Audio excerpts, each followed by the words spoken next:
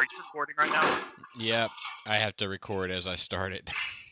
Oh, nice. No, Winnie's making the most fire industrial mixtape you've ever heard. Hey fuckers, it's Friday. Can't spell shattered without shat or turd. Like a gut punch to the abdomen. Some of the funniest shit on the web. I call it a rock Fred. I like the cut of your jib, gentlemen. These 5 are the only protection we have. The best part of the show is the genuine Hasbro love. Good night, folks. And of course, Pat's weekly farts. Breaking news. It's very outside of the box. Nailed it. I love Friday. Bob's Bait and Tackle, now carrying Hasbro. They truly are your favorite podcast. Thoughts, prayers, likes, and shares. Shut up. From A to B. Uncut? Is that you? When are you going to bring Larry back? My favorite Star Wars podcast. Shattered cast on Complete fuckers. Podcast is intended for mature audiences only, and its sole purpose is to entertain. If it doesn't fit with your sensitive sensibilities, please feel free to turn it off now and Shut the fuck up, Chip. What's up, everybody? Welcome to Shattercast Uncut, episode 248, and we are extremely short-staffed this evening. Justin is, for some, I think he can't do the show until Adele has the baby. I think it's the arrangement they worked out at home. I'm not entirely sure. Robert D has some family issues as well. Matt, as you all know, is in class. So it's just Greg and I to this evening. Greg, how are you? I'm doing good. How are you? I'm quite well. And we do have one special guest. Longtime Shattercast listeners will rejoice as they find out that Larry is back. There you go, cunts. So what's happening? Board for this one. How have you been? I've been fantastic, actually. How are you? I'm good. And I should have asked you some questions prior to as to what was acceptable and unacceptable to talk about tonight. But we're going to talk about a few things, and if you can't talk about it, then you just can't talk about it. Yeah. Let's see. Greg, did you get anything this week? I did. I got 2 60-cent Marvel Legends last night. Oh, I saw that. I got the Venom Wave Carnage and the Venom Wave Scream. Someone put a clearance sticker from some washcloths over the barcode and lost their nerve, and the nerd who was working toys put them back on the shelf, and I was like, hey, like, that's not right. These aren't clearance. Like, I was trying to do the right thing, and he gave me attitude. Like, I was trying to tell him how to do his job. So I was like, all right, fuck it. And, yeah, I got, like, the only 2 figures from the entire wave I really wanted for $1.20. Nice. That's a fucking steal. I mean, I feel, well, literally and figuratively. But, I mean, I felt bad, but, you know, at the same time, it's like, well, you know, I tried to tell you. If it's not me, it's going to be somebody else. Right, so. Right. Lenny, what have you got since the last time we talked, with the exception of every MMC release? Nothing. Okay. All right. So we're all caught up. We know everything. We know everything that you've got.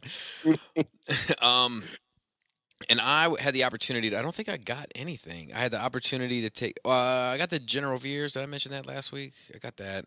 Yes. Okay. I got the, no, I think that's it. I had the opportunity to look at the Magic Square Sea Spray and Beachcomber, the Magic Square, some other shit. I can't even remember what the fuck it was now.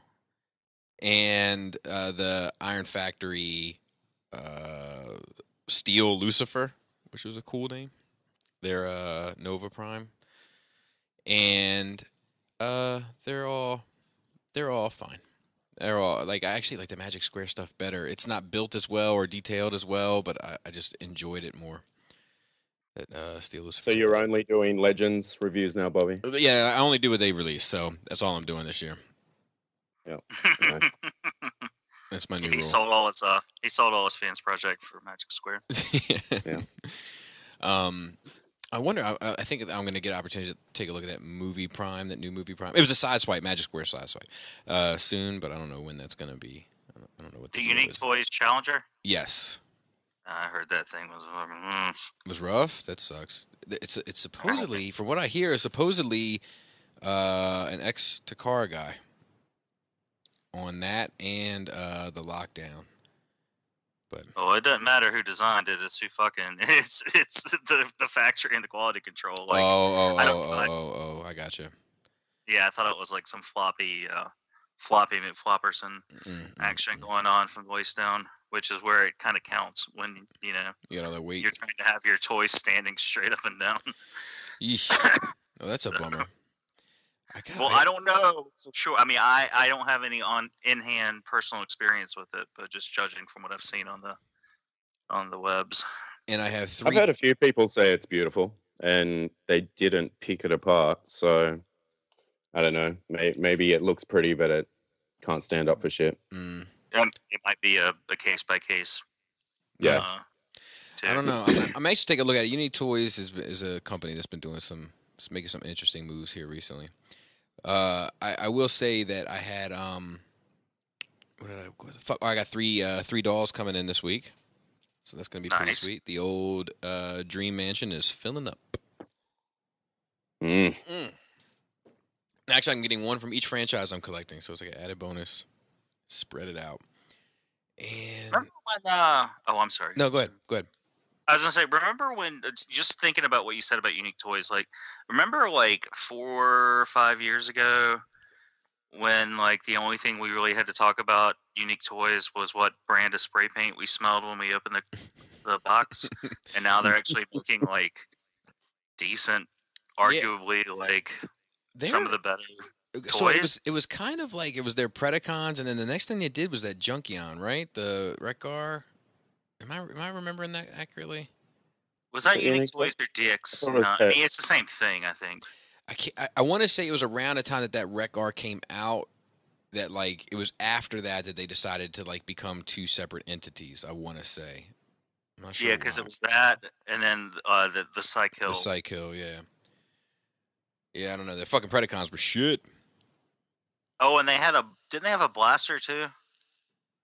Or am I thinking about a different company? No, they had a blaster. They had yeah, they did. They had like a Voyager scale blaster and a Galvatron. That's right. And then they did the Abominus, which was like it wasn't perfect, but it was leaps a and lot bounds. better. Yeah, it was a lot better than that Predaking. Yeah, leaps and bounds over their Predaking for sure. And then after that, they just kind of hit the ground running. Yeah, I really like their legends. I really like. You know, I have no interest in them, but I dig them an awful lot. Well, they were the first legends. Like, well, DX9. I mean, that was the first third-party legends, if I recall correctly. Really?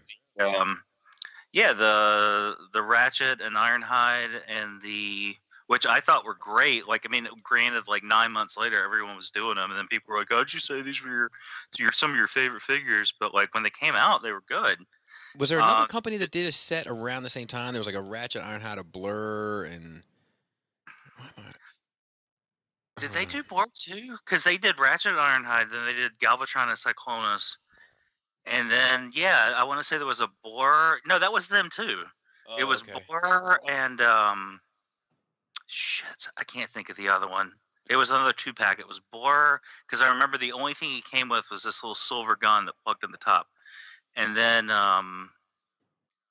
shit. I could look it up, but it's was not there really an early cup too? That like, what was that cup that like split down the center? That was early, wasn't it? Was that them? That might have been them then. That might have been a cup and a Blur. I can't remember. Somebody's already commented by now, so it's fine. Yeah, they've sorted it out.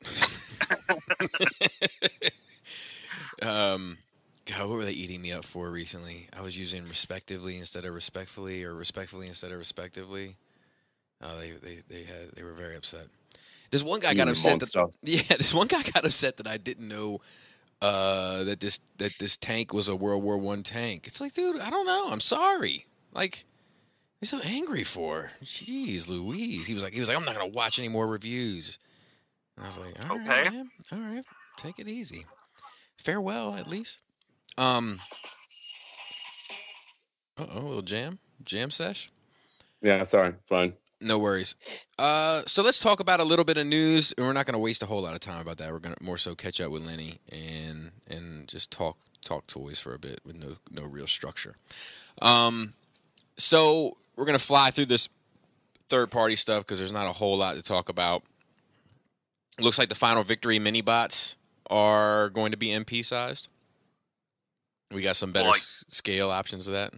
Actually, maybe like MP car size. Yeah, like they're big boys. I don't hate that. I don't hate that size. I don't know. What do you think, Greg? Do you hate that size? I don't hate it, no, because like it wasn't like they were toy scale, for lack of a better way to put it, in a cartoon. I mean, they were right. I think like at least these were about the same size as the cars. I don't think I like the. I don't like the Huffer enough to swap out for my Batcube one. Right. I don't know how I feel about the other two because I know Fans Toys has a Brawn coming, which I think's a skinnier boy. Right. Like their side swipes, so that might be a thing. Like it just kind of depends. And then the Warpath, it's the same thing. Fans Toys has one coming out, so I don't know. I just don't care for this Warpath, honestly. I like the other two. There's something weird going on there. Their Warpath has the massive shins and feet, right? Yes. Is that one? Yes. Right. Yeah, no. I don't care for that. No, it doesn't look right. But to be fair, honest, true, and everything else that I do to myself when no one's looking, I think all these fucking options, including the Legends class for Warpath, looks better than the Batcube. But that's just me. Yeah, I hear you there. The yeah, I don't know, especially the Brawn. Like I like that size. Like I like him being a little bit bigger than some of the other mini bots for whatever reason. I think of all three, Brawn has the best proportions as well. The other two just look a little bit off. Yeah. It's definitely Warpath's definitely the worst though, without a doubt. Because in the movie, because I just saw it, so that's what's freshest in my mind. Like I just saw it again in the theater. On the shuttle, wasn't Brawn basically the same size, or a little bit shorter, or like a hair shorter than Ratchet and Ironhide, which would put this at like your favorite scale, the Sunbow scale. This would put him about right, at least as far as the movie goes. Yeah. Because at least the movie was relatively consistent within itself. Right. Like, more so than an episode to episode would be. So. Right. I don't know. I'll have to keep an eye on it. And then we got a repaint of X Transbots, fucking skids coming as Crosscut, which is predictable. I think we all kind of imagined that would come. Looks fine. Yep. And then we have. Go ahead. Well, I'm excited for this mold. I want to see. Yeah, me too. Me too. They've been putting out better toys lately. So. Me too. And then we got some color shots, maybe finished. Maybe somebody can let us know on the panel of the shuttle for Skylinks from MMC. Mm-hmm. Is that finished? I think it's finished all, but I don't know whether the shuttle bay that opens up on its back. I don't know if that's going to get some paint first. Let's hope so. But yeah, it's pretty much into production as we speak. So, well, since you seem to have an intuition about MMC products these days, the picture that was going around, I don't know if it's in this set of pictures or not. Like, I just tried to focus, like, the ones I selected, I focused on the shuttle. But the Magna had black wheels in the combined picture with the RC. Yeah, that's Byron taking those pics, and he has the test shot before the final. So he's using the test shot Magna. I'll send you both a photo. There's a photo just went up today. Yeah, see, that's the one thing I wish, not looking at my Magna now, I wish he had black wheels. Yeah. Yeah, I mean, I don't know, just a little detail in there, like just having seen this pic. I mean, it's not like, I mean, I could paint him if I wanted to, and it's not bothering me enough to make that effort. So it's not like it's a deal breaker or a big deal at all. But seeing that picture, I kind of like having the black wheels just to break up that red a little bit. But again, I was just curious, like if this was like a running change kind of deal, or if this was like a pre-production sample or a test shot. That was a test shot, I'm pretty sure. Yeah. Yeah, I think all the finals have the red. Huh. Yeah, I think it looks good, especially that picture you sent. Looks very good. Yeah, let me see. Posed on a little faux brick or something. Mm-hmm. Oh yeah, I saw this picture earlier. Yeah, this looks. Yeah, I like it. Yeah. So, Lenny, what are you comfortable saying in regard to how you know this information about MMC's Skylinks? Well, I do a little bit of stuff for Planet Steel Express. Okay. And, there's rumors floating around that there might be a connection to MMC. I've heard those rumors. Yeah. And while we're on the subject of MMC, do you have anything you want to let the world know? Yeah, well, I know for Planet Steel Express at least. I'm not sure about other retailers. Sure. But the next round of pre-orders are going up pretty soon, within the next month or this week. So there's a big dragon named after a certain person. I've seen that. Yeah, that's coming. As well as the continual mode, which is their G1 version. They're both going up for pre-order at the same time. Nice. Oh, wow. Inventa, obviously, it's pretty close, so that'll be up for pre-order soon. And the Nickel and Pet, that's going to be a 2-pack, and that's going up soon also. Okay. Now, is the price point on Inventa going to be similar to Magna? I believe it's going to be pretty close. I think they split the cost between the two releases. Was what a rumor I heard. Yeah, so that's what I figured. Yeah. So it's reasonably affordable for something that's. Oh wait, I'm going to pull metric on you guys. It's going to be 60 centimeters long. How many inches is that? It's about 2 feet, from what I've heard. 20. Yeah. So 24 inches. Yeah. So it's going to take up a fair bit of your Detolf. So put it long ways, like you might have to stand it facing skyward or something. I'm now, interested what in about getting diecast? Oh, I'm sorry. No, I was going to say I'm interested in getting that nickel, and I'm interested in getting the Pet. So I guess I'm getting the nickel as a what you call. So feel free to give me a heads up when that's available. Yep. Oh, yeah. I'm sure I'll be sharing it all over the place once it's up. So, go ahead, Greg. Seems like what I do. Seems like a lot of people from Bobby's region are interested in getting that nickel. It's not untrue. But no. What about the diecast content in the? I was curious about that because, like, I know the only diecast, huh? Inventor or yeah, yeah, definitely. I don't know if they've. I think maybe the feet for the chicken mode, but I don't think they're trying to weigh it down too much because it's it's stacked on top of the other one. So I think the Magna has pretty strong ratchets, but at the same time, I don't think they want to weigh it down too much with any diecast. Well, when I got my box from Agabus, like the shipping label was about 5 pounds, and I was like, what the fuck? And like but the diecast is just in the feet and the shin part. Yeah, that I can tell, and I couldn't find anywhere else. But that was like, damn, this thing. If it weighed 5 pounds in the box, the figure probably weighs 4 and a quarter or 4 and 15, whatever. Which is crazy to me. I haven't actually. Yeah, they should have made their nickel figure completely diecast though, because diecast is typically made out of nickel and zinc, so that would have been pretty clever of them. But, on the nose. Yeah. So especially if you put in a sock and you swing it at somebody, hit them right in the middle of the face.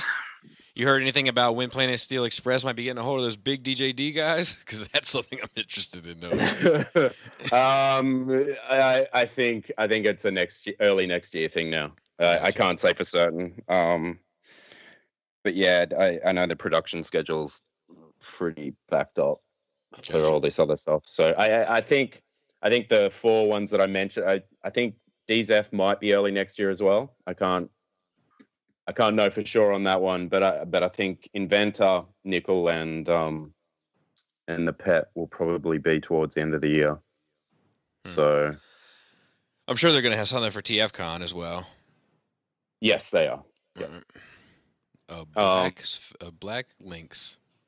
Yeah, I was gonna say, please not another fucking Black Optimus. So I've been given permission to show off the G1 version of these F2. So I don't know if you're going to put pics up with this episode, but I'll send it to you in the chat, and then. Well, we can post it on the page. Yeah, that's true. We'll post it Friday. Cool. Is there anything that you are privileged, whatever you want to call it, to speak about in the future, even without naming names? Like, yeah, I know of 2 things. I know of 2 things that are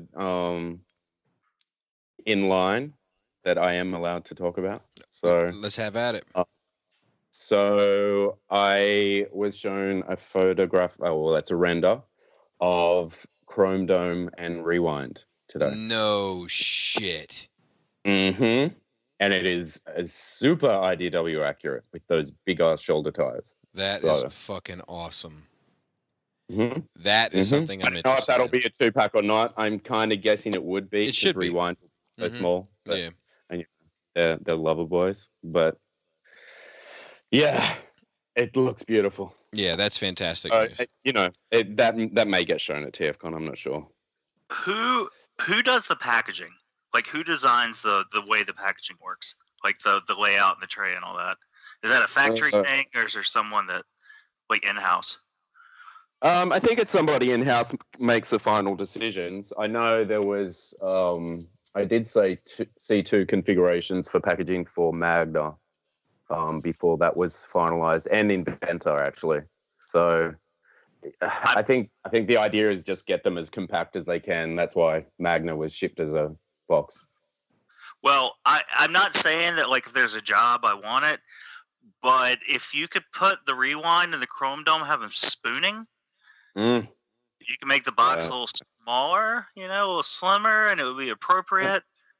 Yeah, I'm not saying I'm an idea man, but All right, I'll put in a word. Let's see, and then is there anything else I wanted to ask you about? I don't know. Is there anything else that you feel like should be said? No, if anything else comes up, I'll think of it. Copy that. So let's go ahead and talk about this Siege line real quick, just from NYCC. What are our thoughts on all this? Anybody have anything? I think they need a bath. They need a what? They need a bath or a shower. It's a bit heavy-handed. It's too much, man. And then there's parts that aren't weathered, so it just throws it off as well. Just, I don't know. I think the designs are a step forward. Yeah, I do too. But it's got that whole War for Cybertron vibe, and everybody loves War for Cybertron. War for Cybertron. I think they made some interesting choices as far as, like, some of the characters they're doing in, like, a relatively larger scale, because, like, with like a $5 or $10 toy, like, they can throw out some randoms and just kind of see if they take or not. But that one, it's like either a Voyager or maybe a leader class. I think it's probably a Voyager Brunt. Like, I thought that was kind of weird. And if anyone recalls, Brunt was the other drone of Triptychon that turned into the tower in city mode and his cannon in dinosaur mode. And to have a figure at like a $30 price point, which I think is what the Voyagers are going to be, like of that. Like that's random. Yeah. Shit. But I think so. I mean, I think they look all right. Like I'm not in for them. Like I wouldn't buy any of them, but I mean, I think like they were able to fit in some Easter eggs. Like the Soundwave has a light pole mode and things like that. Shockwave has a General Grievous mode. I thought that was pretty cool. But yeah, I'm definitely that shit was fucking funny. I know, I saw that, and the first thing I thought of was you. That shit was fucking funny.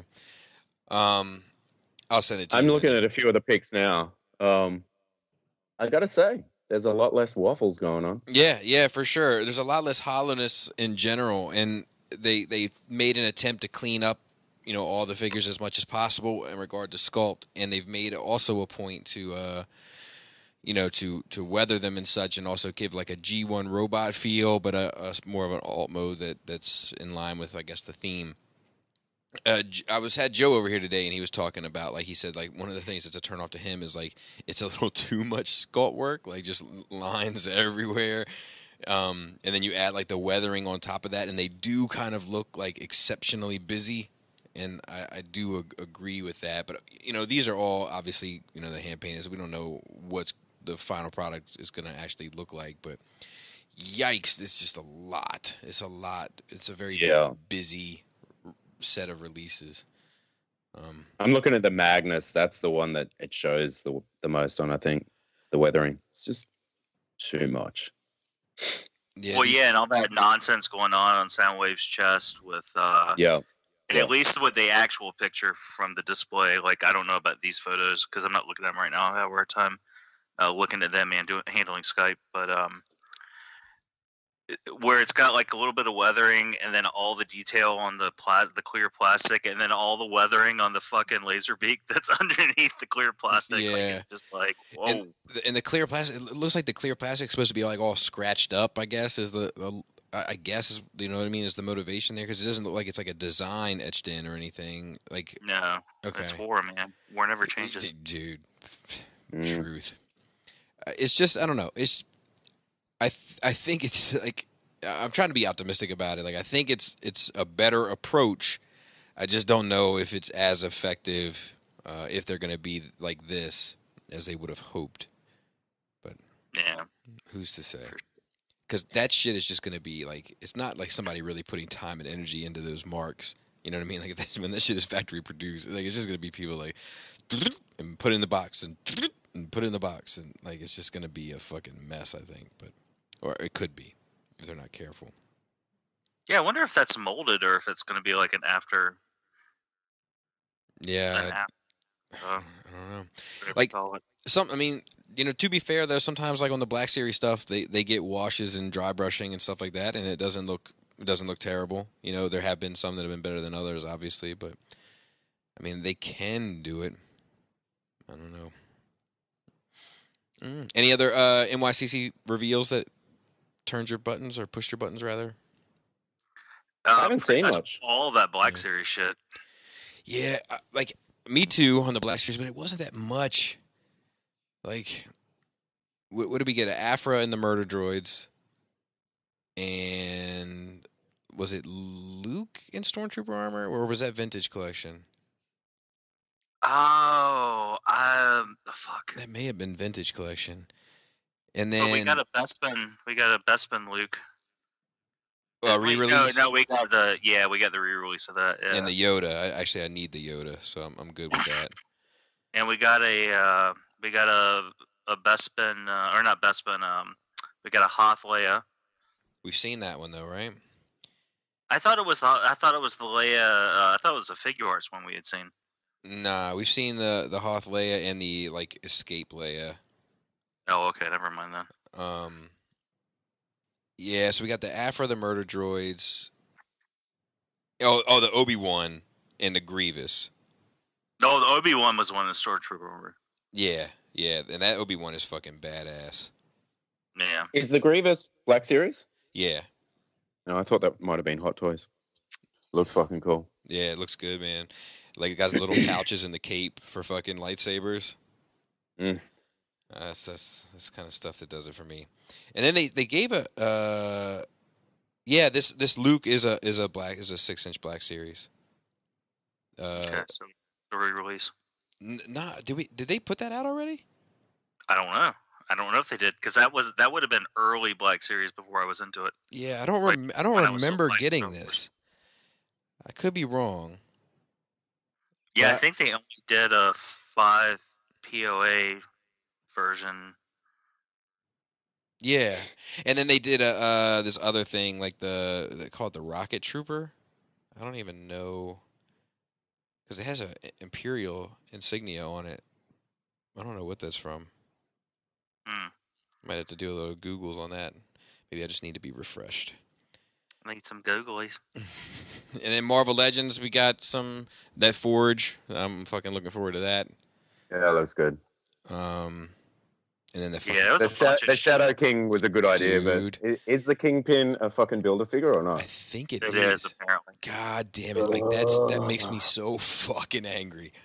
So the deal with that is Kingpin's a Build-A-Figure, apparently, which fucking sucks. I think it's stupid. And I told some people that are associated, like, close to it, that I think as much. And then the Shadow King head, it's not even, you can't even get, like, a separate Build-A-Figure in an X-Men line. Because, I mean, that would at least be cool. Like, you could have one or the other. Right. But you have to buy the Spider-Man wave twice, and then the Shadow King head comes with Xavier, who is in the Legendary Riders line, which That's cool. Shit is funny as fuck to me. It's cool. like Black Widow on a motorcycle, it's Ghost Rider on a motorcycle, and it's fucking Triple X fucking plodding along in his fucking hover chair. Yeah, that's fucking cool. Did you see what you could do is get the Shadow King head and pop it on Psylocke, because she trapped him in her own mind for quite a while, so that'd be a sexy looking figure. Did you guys see the Instagram meme that's been going around? It's the conversation between Forge and Professor X. No. And he's like, "Hey Forge," and he's like, "What's up?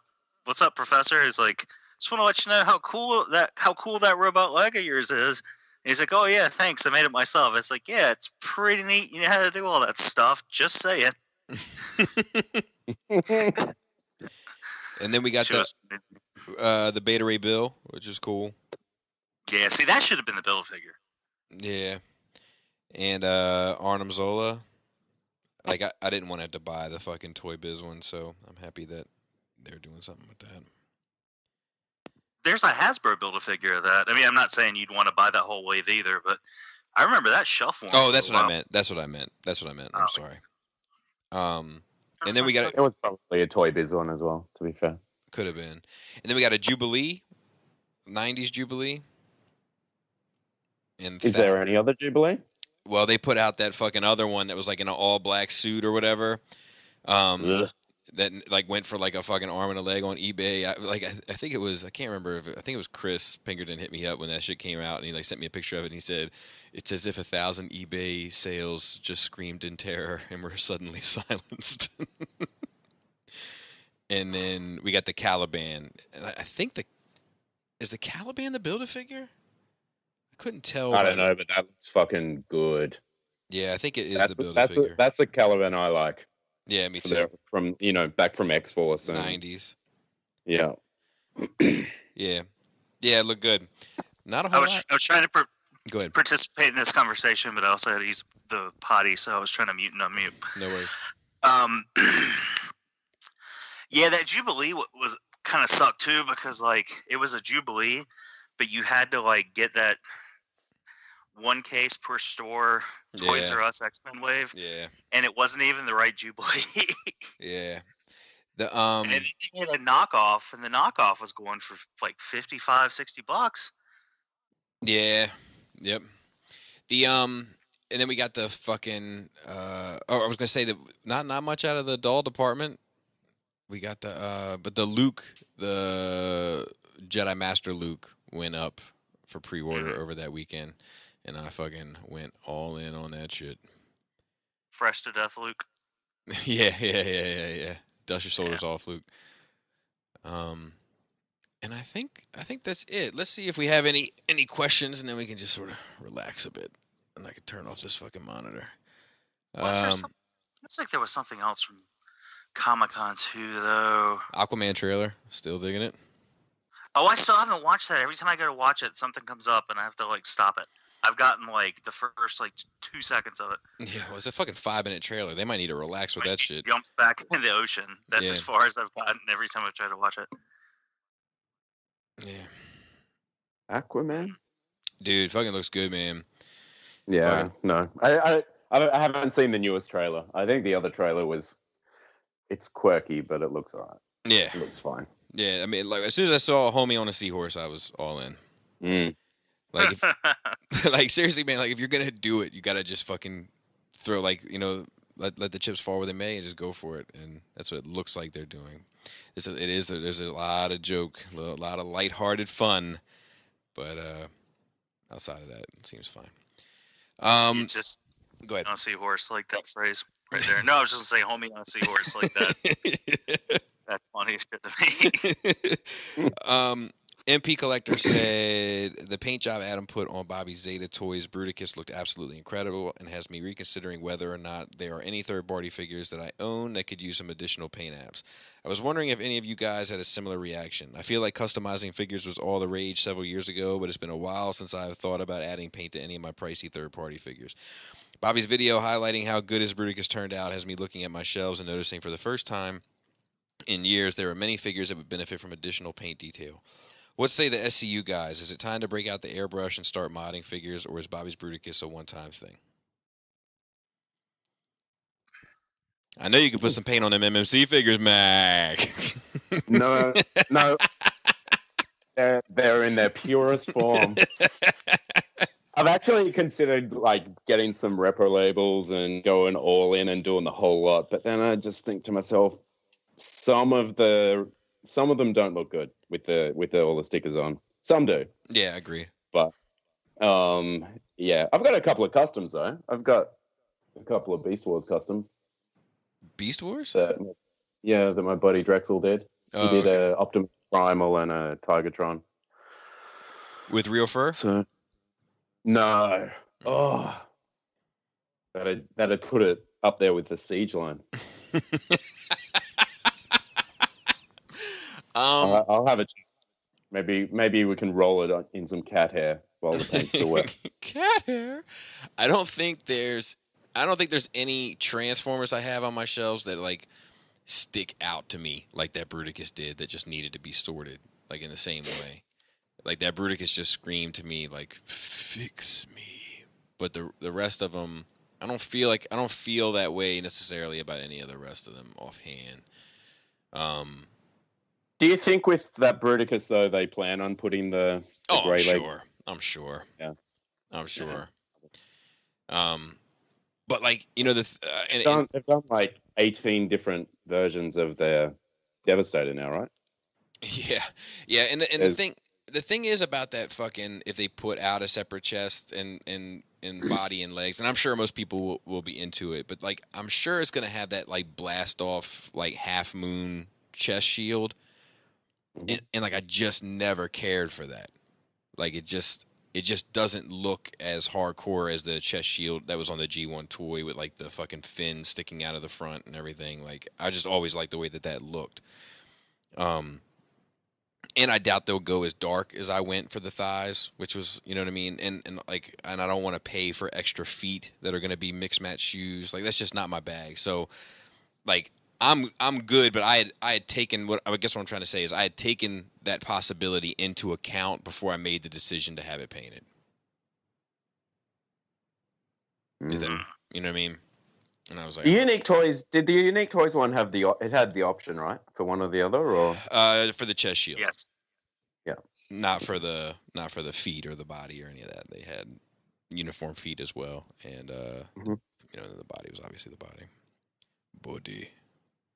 But you could take the chest shield stuff apart, the G1 toy chest shield stuff apart, and turn it into like a hip skirt kind of deal if you use the toy or the cartoon accurate chest. Right. Which is fine unless you move him, and then you have to put it back on. But it looks good. But then if you move him, it just falls off. So it's just laying there. Mm. I still like the figure. I'm so happy I got him. I mean, I kind of want the You other have the one too. unique I would choice kinda one have strike? Yeah, I got that one. I got a really, really good deal on it. Yeah. Loose set. Yeah, and I just was like, yeah, you know what, fuck it. Because I actually like the way the bots look too, and they're kind of fun to transform for the most part. There's some tolerance issues here and there, but I got the Zeta Blastoff, and like it was robot mode in the box, and I was like, yikes! I transformed it into rocket mode. I'm like, nice. I transformed it into arm mode. I'm like, okay. And then I didn't touch it again. And then I didn't even order the vortex. Like I just didn't. It just looked fiddly. Like I don't know. And I mean, it pays off in the end, but I mean, it's it's all plastic just sitting there not getting any love. So. Yeah. But I also play with my toys and like stroll them around the house like a fucking 3-year-old. Like I'm sitting in the living room and I'm looking at 1, 2, 3, 4, 5 masterpiece scaled toys and some NECAs, like just hanging out. Like, I just play with my stuff. So Yeah. As you should. As you should. I don't have kids, so I gotta have something to play with, right? Yeah. Let's wait for this one for another week, and then let's see here. All combiners. Okay. Hey there, SCU. With all the combiners coming out, I know most of you will get them, at least review them. Do you suggest that the average collector wait and see which is best, or start buying the individual releases as they come out? There should be some discount for the box set, right? Pick X-Transbots, DX9, Zeta, or Fans Toys and stick with them. I am only interested in Minosaur, Superion if they do a Computron, but what do you guys think? I don't have time to wait for the KOs. Well, I think that if you're going just for Superion and Minosaur, then I would just stick with Fans Toys, honestly. And roll the dice on it. And I wouldn't necessarily bank on a box set because... Yeah. Not everybody's doing that, right? Exactly. There's only 1 or 2 companies that mess with that. Exactly. A Computron, I feel like is going to be one that's going to be harder to get, only because I feel like he's one of the far less popular ones. Like, I think the most popular combiners are probably Devi, Minosaur, Bruticus, Superion, and then maybe Predaking would be there as well. Like if I was to do like a top 4 or 5. Well, hold on. How many versions of Bruticus did we have before the current iteration of the Combiner War? We had that Fans Project add-on. Yep. And then we had Orbitron. Mm-hmm. And then that was it, right? It's outside of the Combiner Wars in G1. But it's the same thing with Computron. We had Make Toys, and then we had what were they calling themselves? The Warbitron. Was that Warbitron too? Yeah. So I don't know. I mean, I think he's got I think he's got as good of a chance as any. I wouldn't say that. I don't think that you have as good a chance as any with Computron. Like obviously you don't have as good as a chance as you would with a Devastator, right? He's got a better chance than Raiden. Yes, for sure. I 100% agree. But I'm not even considering Raiden or Dino King or some of that other shit like in the fucking like equation. I think it's possible to get a Computron. I'm just saying it's not like if you such a Megatron. If you were throwing the dice on it, like I would imagine we're going to see all these companies run through like the super popular ones, and then if they still think it's equitable, then we'll see Computron and Abominus. But even then, I bet you we see Abominus before Computron. Like I just feel like he's probably the least popular of the main combiners. Who's making Satan? Is that TFC? Yeah. Yeah. Yeah. Come on, Keith. You gotta fucking get in the Devastator game. You're like the only TFC person who even hasn't put anything out? Sorry. Have they put anything out in the last year? They put out that combiner, the three-part combiner. Oh yeah, the car. What was it called? Oh, TFC. I thought you said KFC. I'm sorry. No, TFC. Yeah. Yeah, and they've got that GI Joe crossover Prime. Oh right, the Prime coming thing. out. Yeah. And I want to say they have something else, but I might be wrong. Yeah, I just you look back 5 years ago, and that's the company everyone was talking. Well, one of. Yeah, I mean, everyone was talking about. And now they're just, we're still here, kind of. Yeah, I think that, kind of. So I think that they were in a fans project situation to a lesser extent.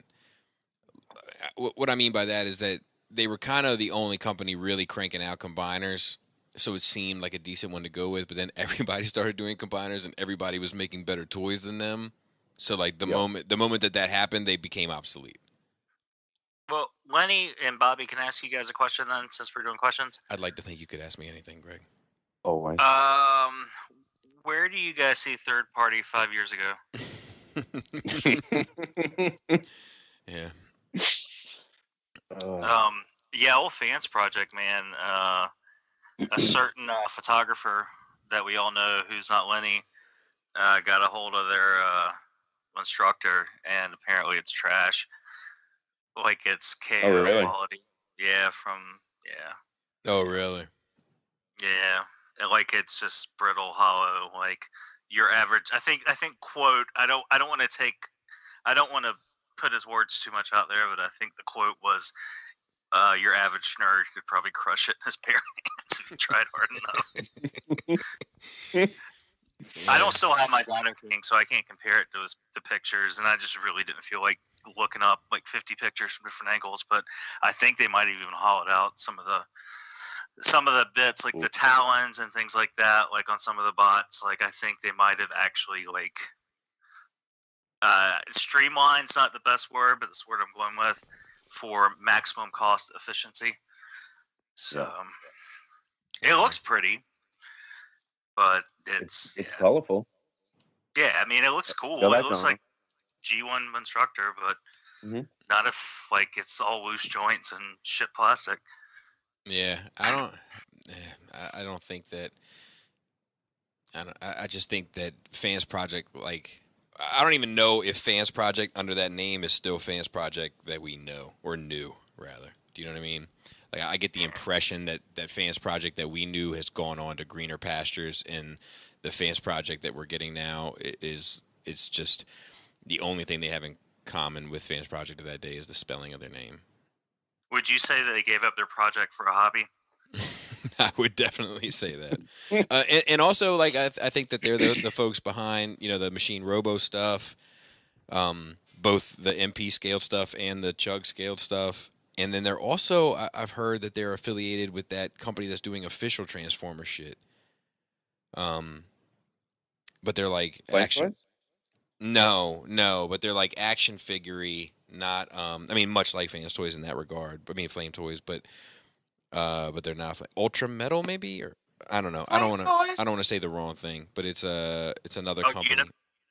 Unimetal maybe, or Mega. Is there Mega something? I can't keep track of all like the action figure Transformer stuff now. Not those really big ones, the Optimus and the Megatron they did. Yeah, I Grimlock or something as well. I think they are big. Soundwave. So Unimetal is the Optimus Prime and the Magnus. That's the $1,000 all the parts come off, and they're like $1,000. And then there's Mega Action Toys. Yes, I think it's them. I think it's them. And they're the bulky ones. They're like thick. Yeah, the Soundwave that has cassette, the Laserbeak that's an actual cassette size, and then they have a Optimus and a Magnus and a Soundwave. I want to say that some of them are involved with that. Moss Toys, not Moss, but it's like MAS. Mega Action Steel or something. Yes, I want to say that they're involved with that. They're beefy. They're chubby boys. Yep. Yeah, they're on their protein. Like, sure. Yeah, they're like 12 or 14 inches tall, something like that. They're not super huge in the scale of things, but they're pretty big for single figures. And they're reasonably priced too, right, for their size? Yeah, like $300, something like that. They don't transform, but yeah. We got another one here. Hey, SCU, with a rather slow year for MP Transformer collectors, any new lines that the crew has gotten into other than Deluxe and Greg's horror line phase, as Bobby called it? I know Bobby's a few clicks away from the quarter scale statues. With the surge of KO-friendly collectors in the community, is there something in our fandom that encourages it? Maybe a can of worms, but I'm guessing third party. I see a few KO SH Figuarts, but not KO Hot Toys or Marvel Legends. Are we the cheapest fandom? How supportive are your significant others in regards to your collecting habits? Thanks, guys. Sorry, I was on the roll with questions. Let's do the significant others first. Lenny doesn't have that problem to worry about, correct? Oh, Ravenclaw, she's fine with it. Right. So it's fine. Greg, Kit, how she handled it all? She didn't have a problem with it. She did it first, but now that we're a little bit more stable and I'm making better choices, like, she's fine with it. Yeah. It didn't hurt that I got her hooked on her own crack. Right. I kind of painted her in a corner on that one. Laura's good to go as long as I pay for it with non salary money.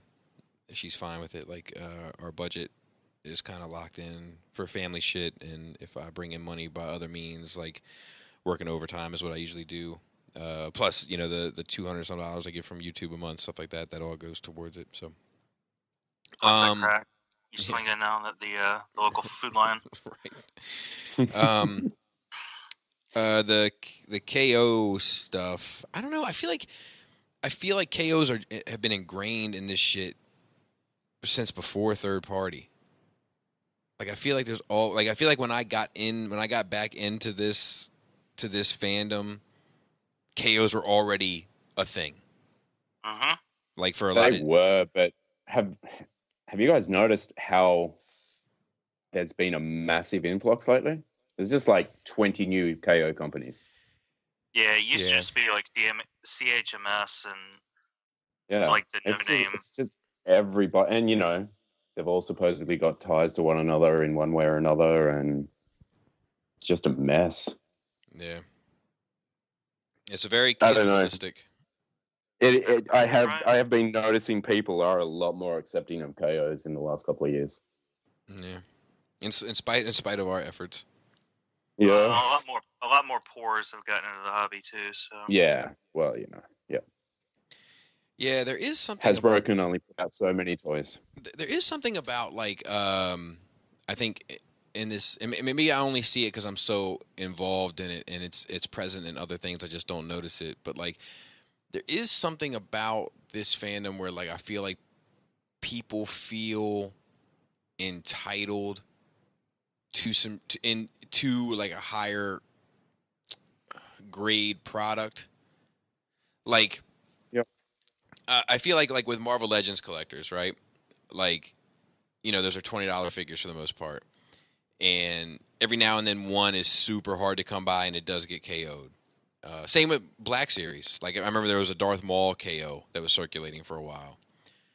But for the most part, you don't see a whole lot of it because, like, I feel like if people are going to start, like, a lot of that fandom, like, if they were like, well, if I'm going to pay $120 for a hard-to-get Marvel Legend, why don't I just pay the $200 and get the hot toy? I think that those other fandoms have so many different outlets at different price points that people end up kind of graduating, for lack of a better term, to something else if they end up spending that money, or they just don't go that far. But none of them have this vibe about them because the shit is like branded different. So like Hot Toys is its own thing, Sideshow is its own thing, XM is its own thing.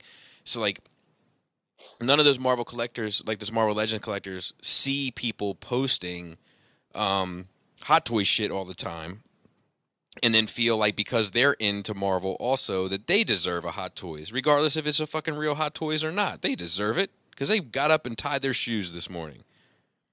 Where I feel like the Transformers fandom, like all the shit kind of gets lumped in the same pocket.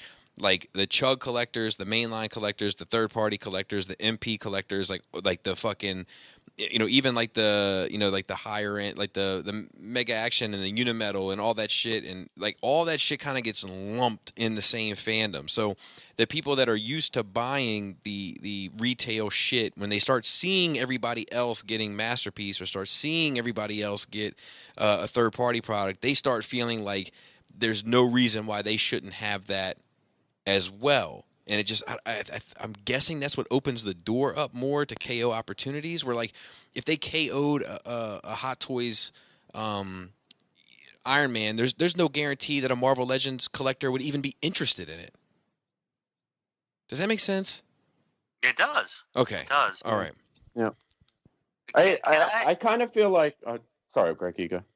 Oh no, you go, because I'm gonna have a little library puppet show. All right. So I think it kind of gets split down the middle more than all lumped in one category. I think you've got your Hasbro collectors who don't necessarily collect MP, but they're okay with picking up KOs of MP scaled shit. And then you've got your third party collectors who, some of them are still keen for KOs, but they're more of your official Takara collectors. I think it just comes down to how much people can afford and how they justify what a KO is. Well, I mean, if you can't afford a third party or an MP, but you can afford a KO, then it's all the same shit. Well, you know what I mean? Yes, I agree with you. But what I'm saying is, because the branding of the collections aren't as clearly defined, the chug collector feels like they should be having these higher end things in their collection, regardless if they're official or KO. Mm-hmm. I guess is what I'm getting at. Like, that's why I agree that it is split down the middle in the way that you say it. But I think that the problem is that the people on the chug side of things, the mainline side of things, and it's not knocking that, it's just an objective look at it, don't see that division. Yeah. I see that. A fandom without borders. Maybe it's time to build a wall. Speaking of building a wall, my observation as of the last few months is the people that are in my Facebook feed and my social media feeds that are super America First, sanction China, support American, whatever, are the same people that post their KOs. And like, it's just so funny to me. It's like all that shit's well and good until it comes down to this cheap toy, and they talk about entitlement and it's right. You gotta work for what you have. You gotta earn what you get. But they're okay buying a $30 knockoff car because they can't afford the $60 version. Mm-hmm. My uncle buy it from America because they're not gonna. Because why am I gonna spend my money with a Japanese company when I can buy it from an American company? You're still buying a Chinese-made knockoff. You're just paying more for it. Anyway, yeah, my uncle had like a landscaping business, and like before he got like really like it became, like I say business with air quotes, right? But then it eventually became like a proper business. But in the beginning, I mean, he had like a ton of illegal workers working with him, and he would make comments about like illegal immigrants, and I'd be like, dude, like you're part of the fucking problem. Like if you're viewing the illegal immigration issue as a problem, you're 100% a cog in that wheel. And then he ended up getting on his feet. But then, I know other people with independent business, and like, whenever they make complaints about, the tax issue regarding illegal immigration, I'm like, dude, like, are you paying taxes on every job you do? Like, we're all guilty, on some level in regard to that shit. So I definitely agree that there is like a double standard when it comes to a lot of that stuff. But I do think it's interesting how, like, it does this fandom specifically does seem plagued by it. Mm-hmm. Yep. And I saw someone call this a liberal fandom, and I know that's not necessarily what you're saying, but like just thinking back to a lot of the things I see and like people's community posts and then their personal posts, like their own personal opinions. But I still see people like talk about how liberal the toy collecting or the Transformers community is, which I think is pretty funny because the majority of the people I know are relatively conservative. Well, I think it's air quotes. I think it's like I guess my interactions have been fairly mixed. You know, like just off the top of my head, like when I think of like I know that you know, Deluxe and T2RX6 are a little bit more conservative, but you and Robert are a little bit more liberal. Who off the top of my head, I'm just trying to like Spiros is definitely a little bit more on the liberal side of things. Well, I'm a little bit more in the middle. I'm just more about everybody just fucking having what you need, have your shit. See, you come across crazy. Very liberal. Like my impressions of you were always that you were very far left. Like just from like the general, and not that I'm like you would think that. No, like because with me, like a lot of my social views are very left, and a lot of my economic views are very right. So like that's where I fall. Like usually if it's like I get into situations on my channel sometimes where like I'm talking about IDW, you know, and I see people make like the anti-gay. They don't come out and say anti-gay, but it's like definitely it smells of anti-gay. Do you know what I mean? In regards to like the Rewind Chrome Dome conversation, and I pick up in the right Facebook groups then. You know, but I pick up right. But I pick up on more of that there. Like I feel like people are more upset generally about Chrome Dome and Rewind having some sort of deeper connection than just pals than they are about fucking Megatron being an Autobot. Do you know what I mean? Like, yeah. Somebody had a baby recently. Was it Scorponok or some shit or Grimlock? No, he didn't have a baby. So the cover suggested it, and everybody went nuts about it. I was just like, oh my god, it's a comic book. Chill. No, they made this like organic robotic hybrid. Right. Like a pretender or something. I don't know. Like, I don't think that story ever went anywhere, to be honest with you. Now that I think about it, everybody's worried about Unicron. And Scorponok Scorponok made it, and then they hid it in Grimlock's chest because that was like the safest place to smuggle it. Like, everybody's like, "Oh yes, Grimlock's fucking pregnant now." Okay. Yeah. And I was like, well, that's not really, that's the visual you get in your head, I guess, but that's not really the story. But so I guess when it comes down to like stuff like that, like I guess like I'm like, you know, like to my political kind of views, like yeah, like I'm socially like I'm very left, which is why I love shit like that they do in IDW, but economically I'm more right, which is why I'm like this KO cannibalistic nature, or when I see or I get the impression that people are trying to control the free market in America, I get sensitive about that shit, you know, in regard to third party, you know, distribution. Like I get personally sensitive about that shit because it aligns with that thing in the same way that I adore shit like they do with Rewind and Chrome Dome. And I don't even think that Chrome Dome Rewind shit, I feel like that's a situation, it's like a Rorschach test. Like it is what you take into it. If you want to see it as this like very like close examination of a homosexual lifestyle and relationship and then get triggered by that, if that's what you want, when you read it, that's what you're going to walk away with. But there's tons more that you can look into with that without arriving at that conclusion. But it's like no one's checking their junk out. No one's looking to see what they have. Exactly.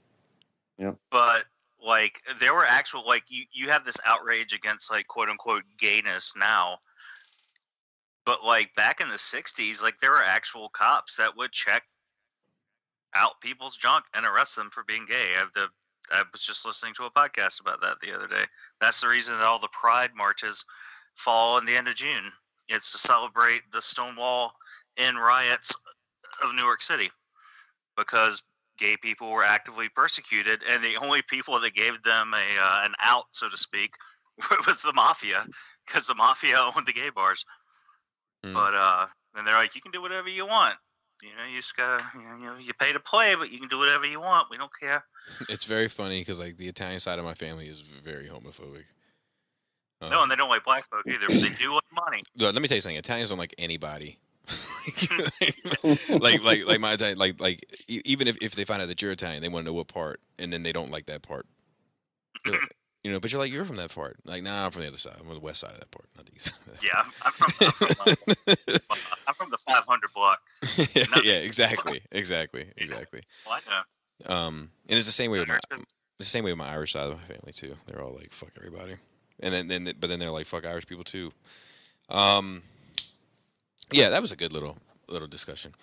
And then was there another? I think there was a third part to that question. Let me just get that out of the way. So with a rather slow year, other collections. I mean, like, you know, I'm doing too much, but a lot of my collections are coming down the home stretch. Like my Marvel Legends, like I'm not buying full waves anymore. Like I think I bought 2 or 3. I'd have to ask Pinkerton. So you're out of that phase. Yeah, well, no, I'm almost done. Like I can see the finish line of it. Like in every little thing that comes out, like I'm like, I just get upset now when it's a fucking Build-A-Figure I want, because I'm like, fuck, I gotta get the whole wave. But to kind of tie it into MP collectors question, like I'm starting to really contemplate getting into customizing figures and stuff. Like not Transformers, I have no interest in that in terms of customization, but like, you know, 12 scale figures. So like, yeah, Metroplex as much. Yeah. I mean, even painting, I'd be okay with, more so with painting. But like, you know, people that like take that shit apart and put it together, and then like get model kits and fucking glue on shit so it can actually turn into a car or whatever. Like, I'm just not interested in going through all that. But I think it's fucking impressive. Don't get me wrong. But like, you know, just getting into sculpting a little bit, and then, you know, painting and stuff like that. Like I'm working on a Darth Talon custom at the moment, and like I don't know, I'm kind of getting the bug for it a little bit. What's that company that sells? 12 scale is Hot Toys, right? What'd you say? No, 12 scale. 12 scale is 6-inch. Oh, okay. All right. Yeah. You need to start making custom Hot Toys. Build up those dolls. Well, I'll tell you, like, there's like a huge third party element to the 1/6 stuff, like the Hot Toys, like the 12-inch figure. Like, there's a ton of stuff out there. Like third party outfits, or yeah, I mean basically, and some of them even, like, you know, like companies will make complete bodies, like complete like heads and bodies, and then, you know, then you can buy that. But like sometimes a Hot Toys body might get poor reviews or something, so like people will buy the third party body, swap the head out on it, you know, put the different outfit on it or whatever, and then roll with that. Yeah, that's what I was like. Is it Fison? Yeah, Fison is like a huge one. And they make dicks. You can buy dicks, and you put dicks on your Hot Toys. Mm-hmm. Yeah, you should do that. You should put dicks on all your Hot Toys. Make your own Batman. Well, I guess at least I could make sure it was accurate now. Or your Leia. You should put you should do that. That should be your little project. You should put dicks on all your female Hot Toys. Yeah, I want to get into like customizing. Like I want to get into finding like working with epoxies and stuff, and like really fucking getting it down. But the part that holds me back from it is like I just don't have any interest or motivation to like take a figure apart and sand down all the spaces and everything. Like that's the part that fucking gets in my way. Like, and then I tell that to Joe, and then Joe's like, "Yeah, you just want to do the fun part." And I'm like, "Don't make it sound like that."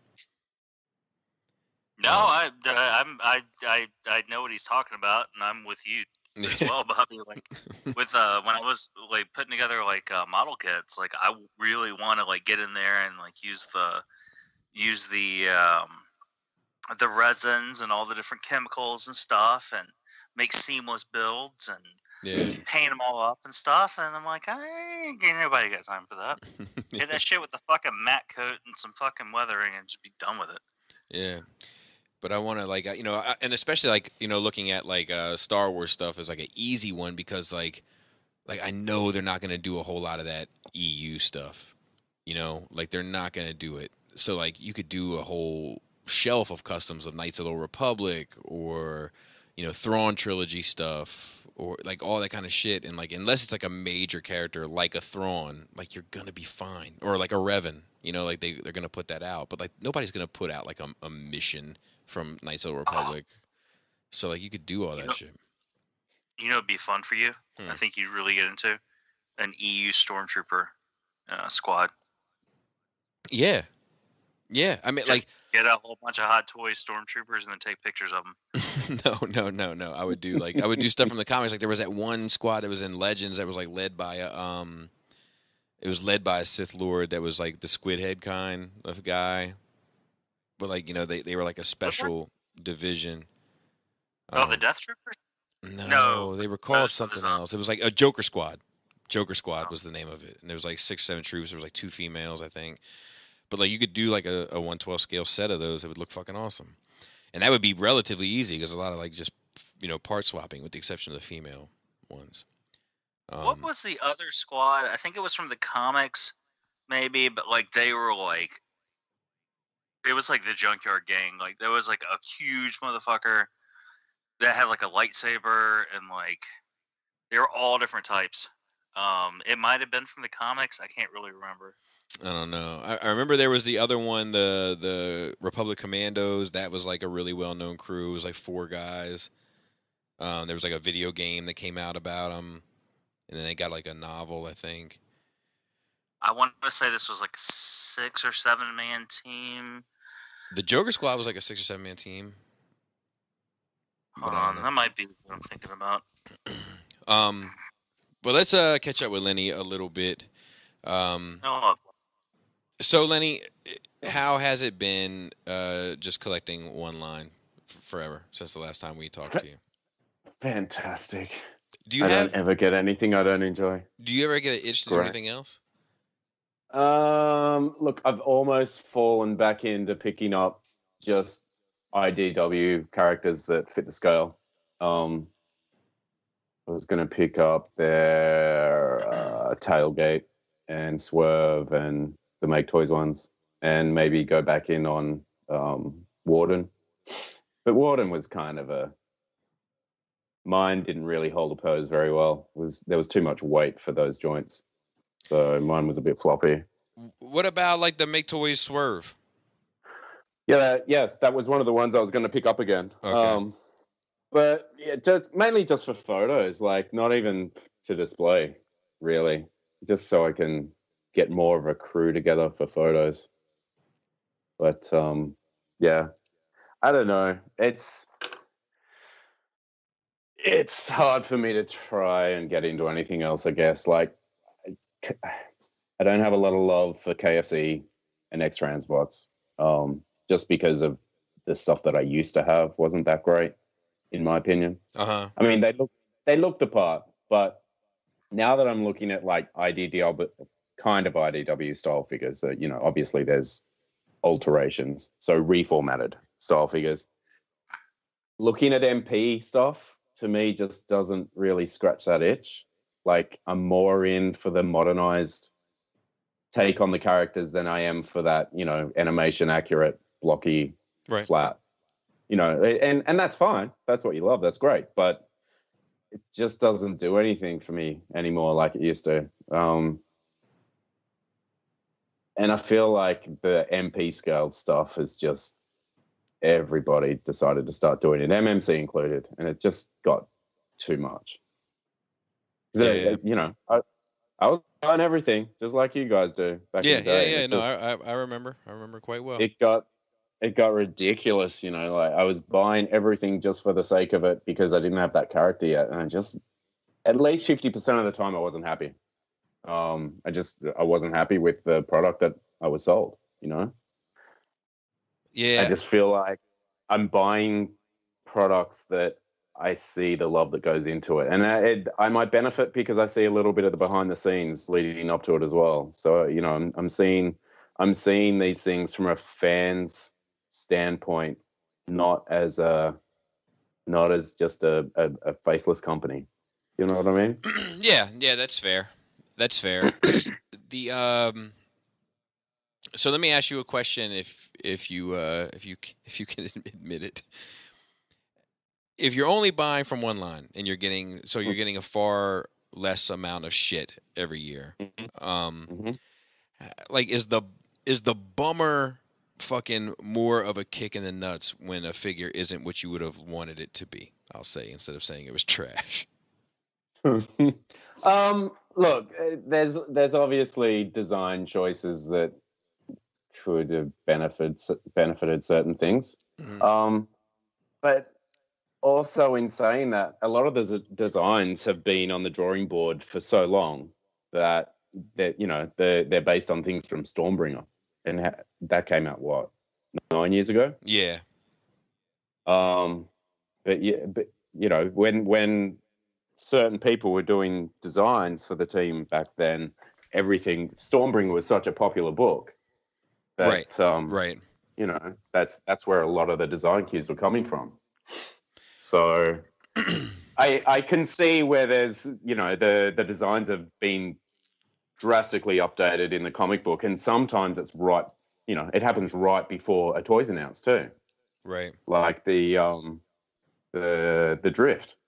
Drift got a big overhaul when Lost Light came out, and I think they tried to find a middle ground on that one so that it was kind of Lost Light, but also fitting to the original design in a way. I mean, it's, of all of the things that we've seen the behind the scenes of, I think Drift and Wing got the biggest overhaul. So how do you? Oh, good. No, continue. But in saying that, I'm really happy with both of those figures. Yeah, no, they turned out pretty well. How do you feel about? So MMC has had a very long, successful run of doing IDW inspired shit with little to no competition, other than a few releases here and there.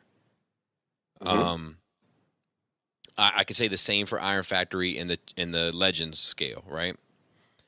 How do you feel about, not only it seems like this company that I'm almost positive is this Gundam KO company is putting out Legend scale, you know, IDW-ish shit, and then we got Planet X looking like they're dipping their big toe into IDW stuff as well.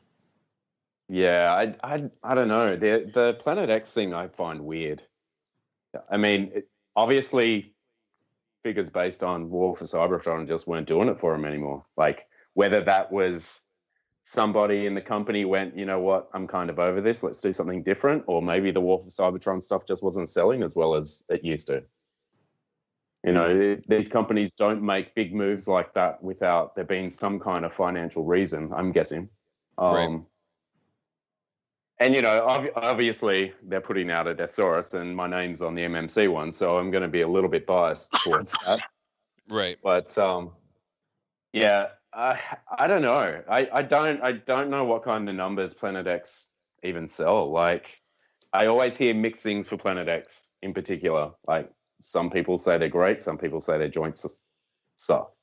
So I think that they're pretty, honestly, like, just I don't really, you know, I don't have any of their products, I don't think.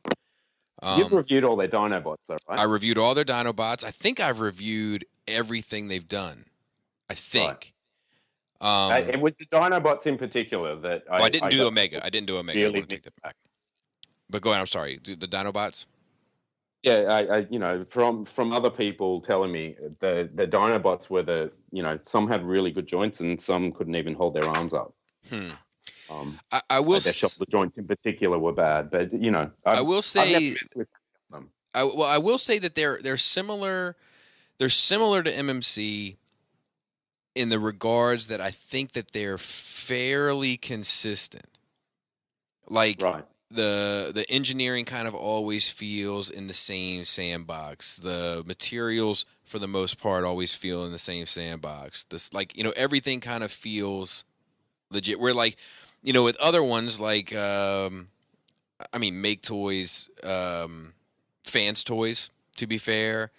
A lot of other third-party toy lines, there's like, it's like, oh, it almost seems like, okay, well, these guys, it must have been a different group. They fucking subcontracted, let me get a hold of myself, snap the rubber band on my wrist.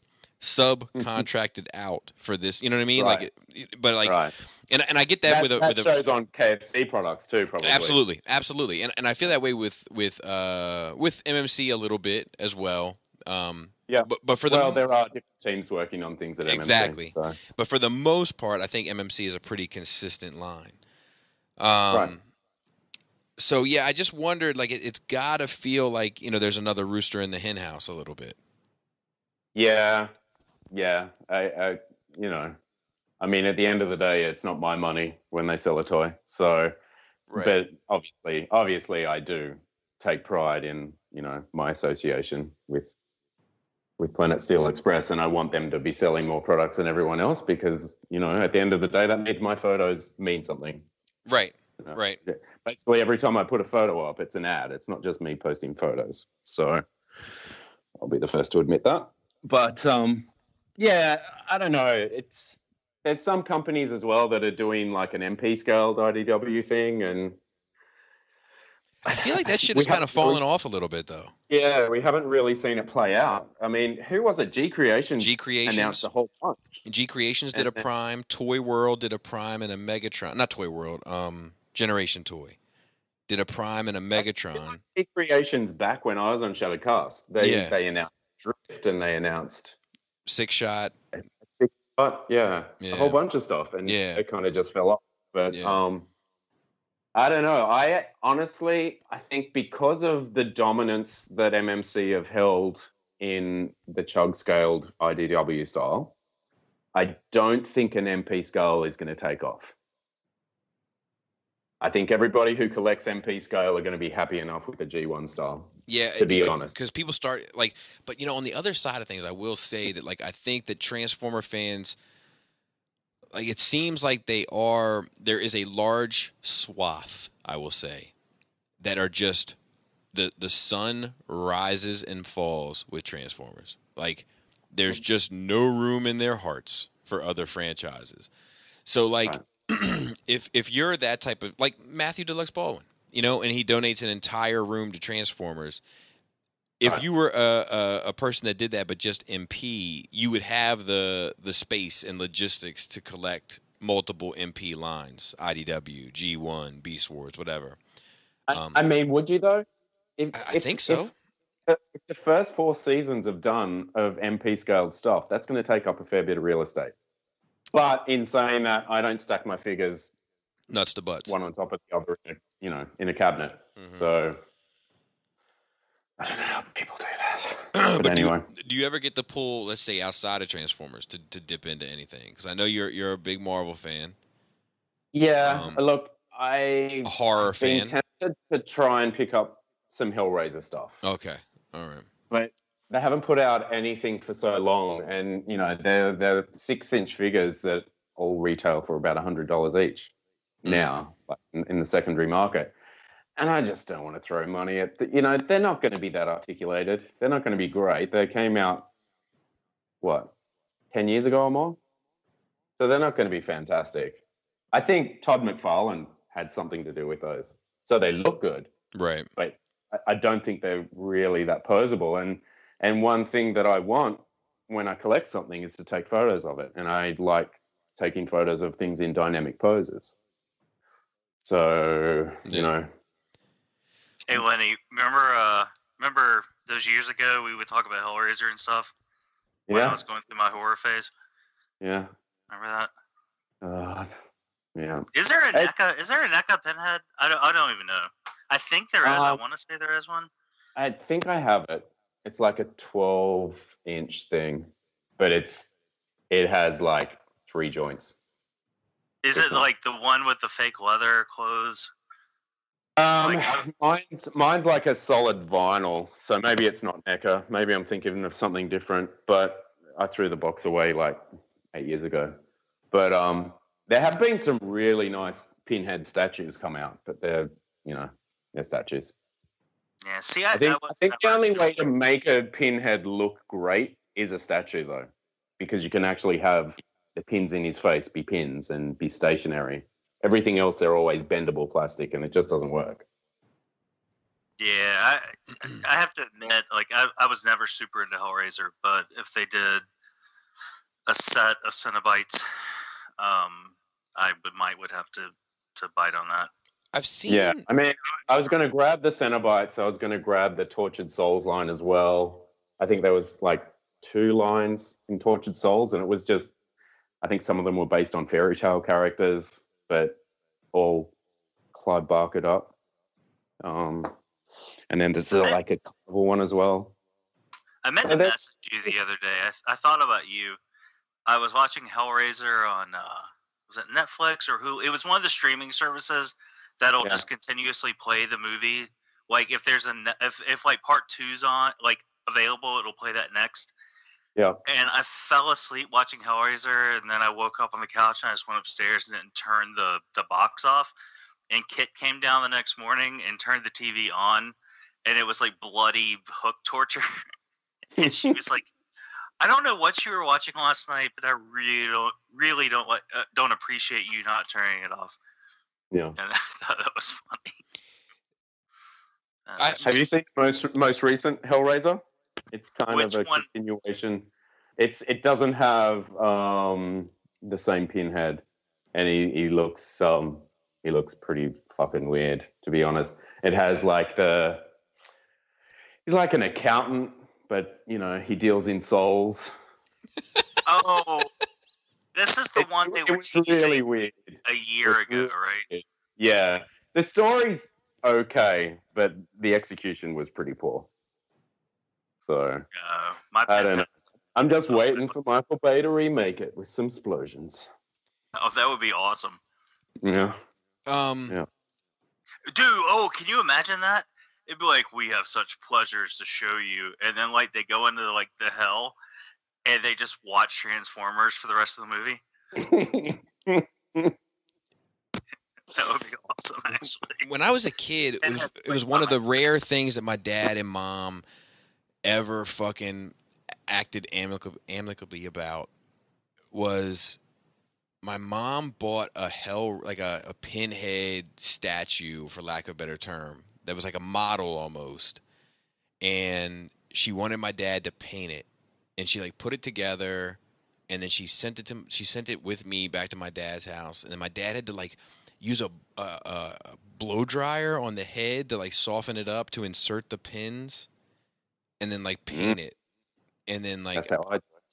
And then I had to give it back to her. It's just like it's like one of the most like special memories I have of my parents when I was younger, because it was like the only time they were fucking kind to each other, and it was over Hellraiser. Wow. Yeah. He was like, "Bob, this is how you piss your mother off. Yeah. This is the pinhead. I'm painting in pink." Well, it's one thing I always say, and I'll use it as a teachable moment, as they say.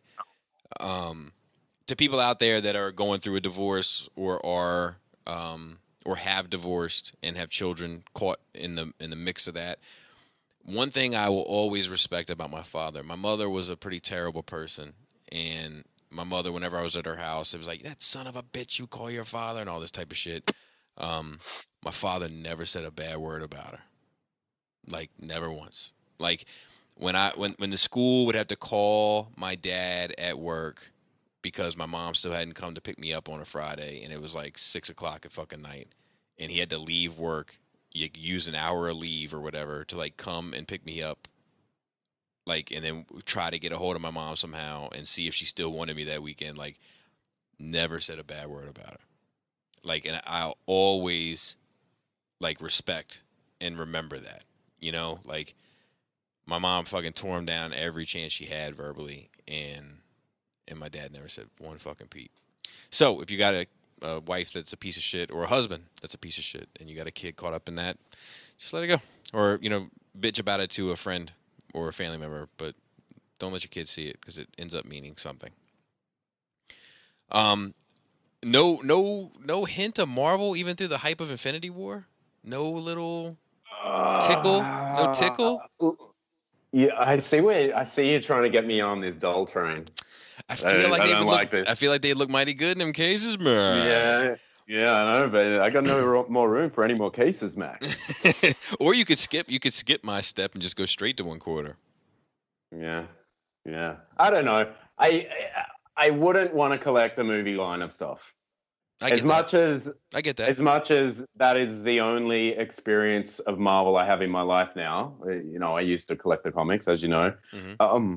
I just have the movies and Netflix and the occasional television show that isn't on Netflix. Mm-hmm. I think Runaways was okay, but I didn't like Cloak and Dagger, and I don't like half of the Netflix shit now, to be honest. Yeah, I hear you there. Yeah, I didn't even watch the first season of Iron Fist. I recently watched the second one, and it was man. And I actually thought the second season of Luke Cage was really bad. You thought it was worse than the first? Yeah, I feel like the first was more cohesive. The second had a better villain. See, I feel like the second was more cohesive because the first, it's like Luke Cage versus Coppermouth for the first half of it, and then it's Luke Cage versus Diamondback for the second half of it. Yeah, I feel like they bought too much back for season 2. Okay. I feel like, and as much as that's going to add to the continuation, I just feel like some of those characters didn't really need to come back. I got you. I just don't think Luke Cage is a strong enough character to hold his own show, to be honest. Yeah, I'd be fine with the Power Man Iron Fist TV show. Yeah, I was going to say that. I think that would have probably ended up working better. Because it would have saved two subpar shows. Because Defenders was pretty bad as well. That was the worst of all of them. That was the worst. The dragon skeleton underneath the city made me want to vomit. Yeah. What about that Daredevil season 1 though? Oh my god. What about that Daredevil season 3 coming out weekend after next? Yeah, with Bullseye. Yeah. Dude, Bullseye is one of my favorite characters by far. And that fucking even to the point where I can handle the Daredevil movie just for the Bullseye parts. And that fucking Punisher movie, show was fucking good as hell. Yeah, that was great. I think they're going with season 2 of that as well, right? Yeah, that was the rumor. Anyway. Oh, that's wrapped up. No, that's all wrapped up. It's coming after. That's the next one after Daredevil. After Daredevil. I'd be interested to see what is going to happen with all this Netflix shit once this Disney Play gets up and running. It's all gone. All over at Disney. That would be my guess. Yeah, that's the plan. That would all the movies be taken down as well. Oh, the movies 100% are getting taken down the same day. But I wonder about the shows. I think they. Sorry, Greg. No. You go ahead. I think you started first. I heard that the shows are going to be taken down. I don't know whether they will continue on another network. I don't know what the deal is and whether Netflix will allow that. And then there's rumors that they're actually going to integrate them into the movie universe. There's the guy that plays Daredevil was spotted on set of Avengers 4. So that might be a thing. I think Avengers 4 is just going to have this big payoff of every single character ever, all crammed in, even the dead ones.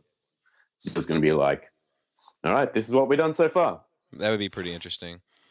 Iron Fist. All the Defenders just get instantly fucking the shit kicked out of them. Yeah.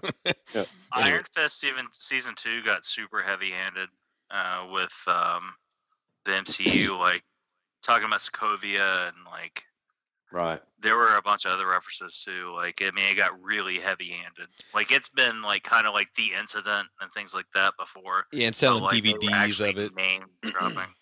Yeah, but they were actually name dropping things and places and events and people. Yeah, in Iron I Fist, do so. hope that one thing that gets carried on from Iron Fist Season 2 is Mary Walker ends up in Daredevil. She did a pretty good job.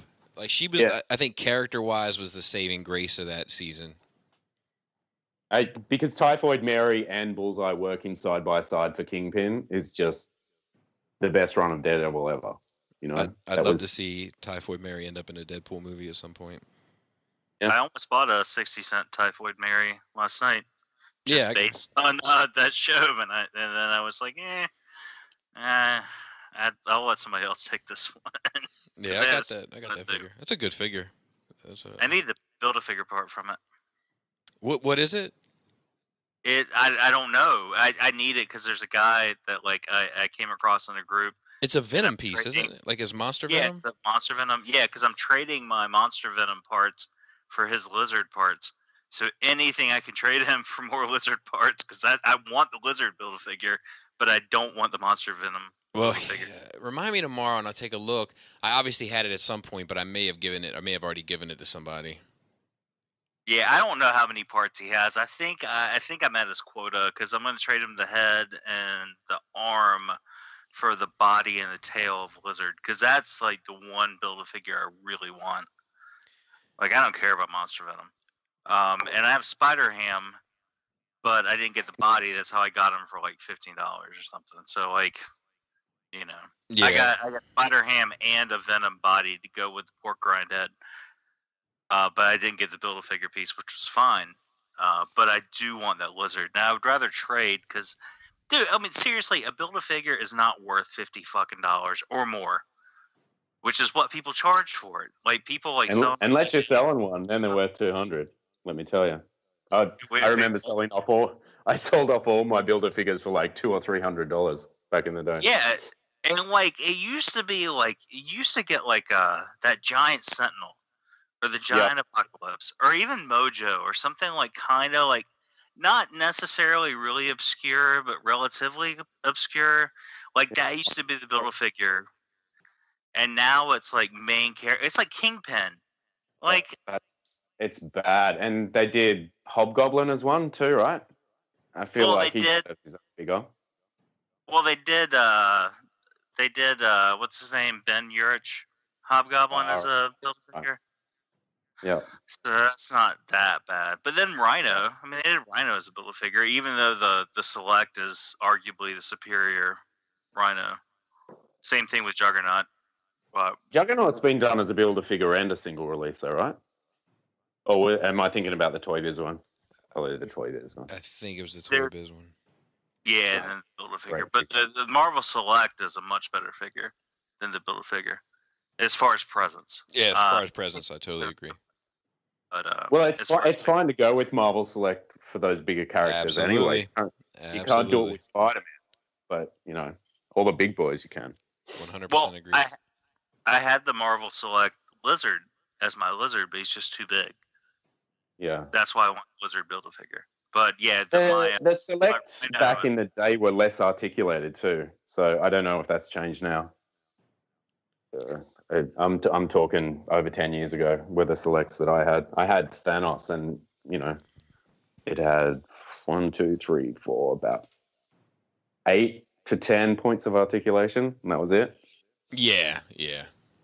I want to say they're at like 16 now because they have to like keep a balance between the license with Marvel Hasbro making Marvel figures and then Diamond Select making figures. Like I think there's like a they have to keep a certain discrepancy between the two for everyone to have a piece of the pie. Yeah. Which is why they don't want figure arts to come in because figure arts would just blow them all out of them. But I don't know, man. I mean, the Marvel Legends are getting fucking good. Like, especially the movie ones and shit. Like, it's tempting to go back in on that shit now, just because of how fucking good they've gotten. I know, and now they're coming in like 3-packs, 2-packs, 3-packs, 4-packs. Like, it's really hard not to rebuy a lot of that shit, like with better paint and better articulation. Yeah. What were you saying? And the sculpts, like especially the faces, they're just it's gotten insane. Above and beyond. I remember when Hasbro first got the license, when Toy Biz went bankrupt or whatever they did, and there was like the White Queen, and it looked like Bruce Jenner. Yeah. And like, I don't know, there were just so many of the sculpts back then were just, and like even on the White Queen, just the proportions, like she looked like she had tentacle arms and those disc hinge hips. I feel like they've actually really probably advanced that line further than any line Hasbro has ever had. I agree. Because those first one or two series that they put out was so bad. Yeah, I mean, like I say this to anybody that'll listen, like that's been like watching the landscape, for lack of a better term, which I'm getting ready to ask you about, by the way. But that, like, in terms of 1/12 scale figures, there hasn't been another company to have the leaps and bounds of improvement at a most reasonable price point for a lot of quality that can fucking even raise a finger to what Hasbro has done with Legends and Black Series.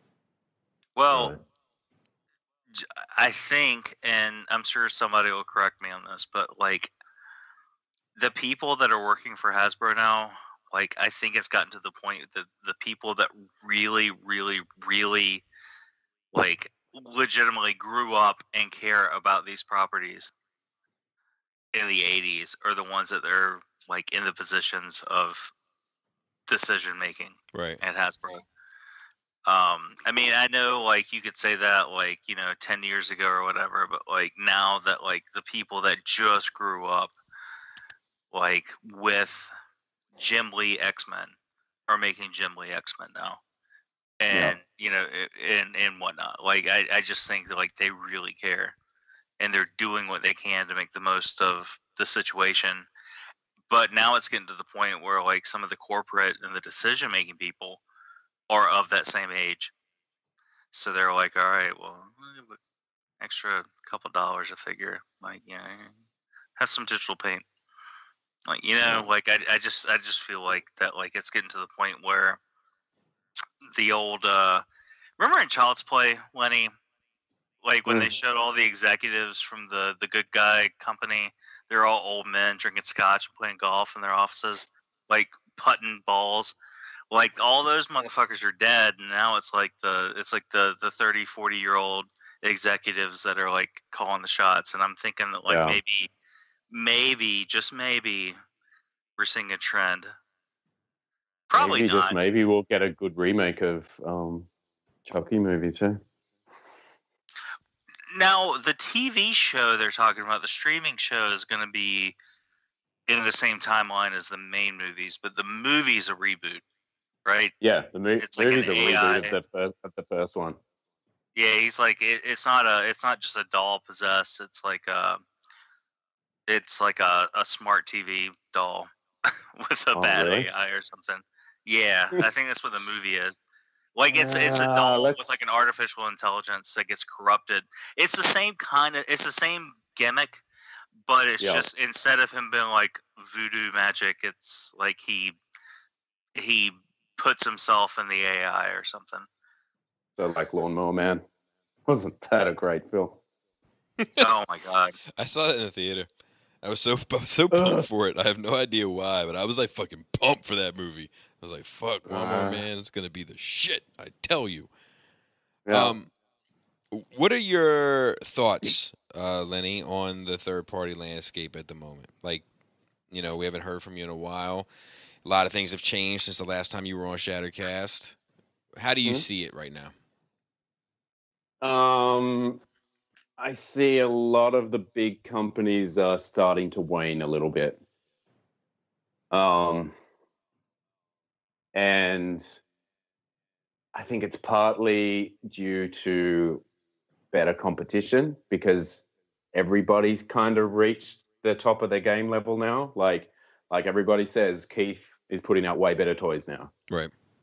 Back in the day, you just bought a KFC toy because it was a character that wasn't made yet, and you could chuck it on a shelf and it looked like the cartoon. Yep.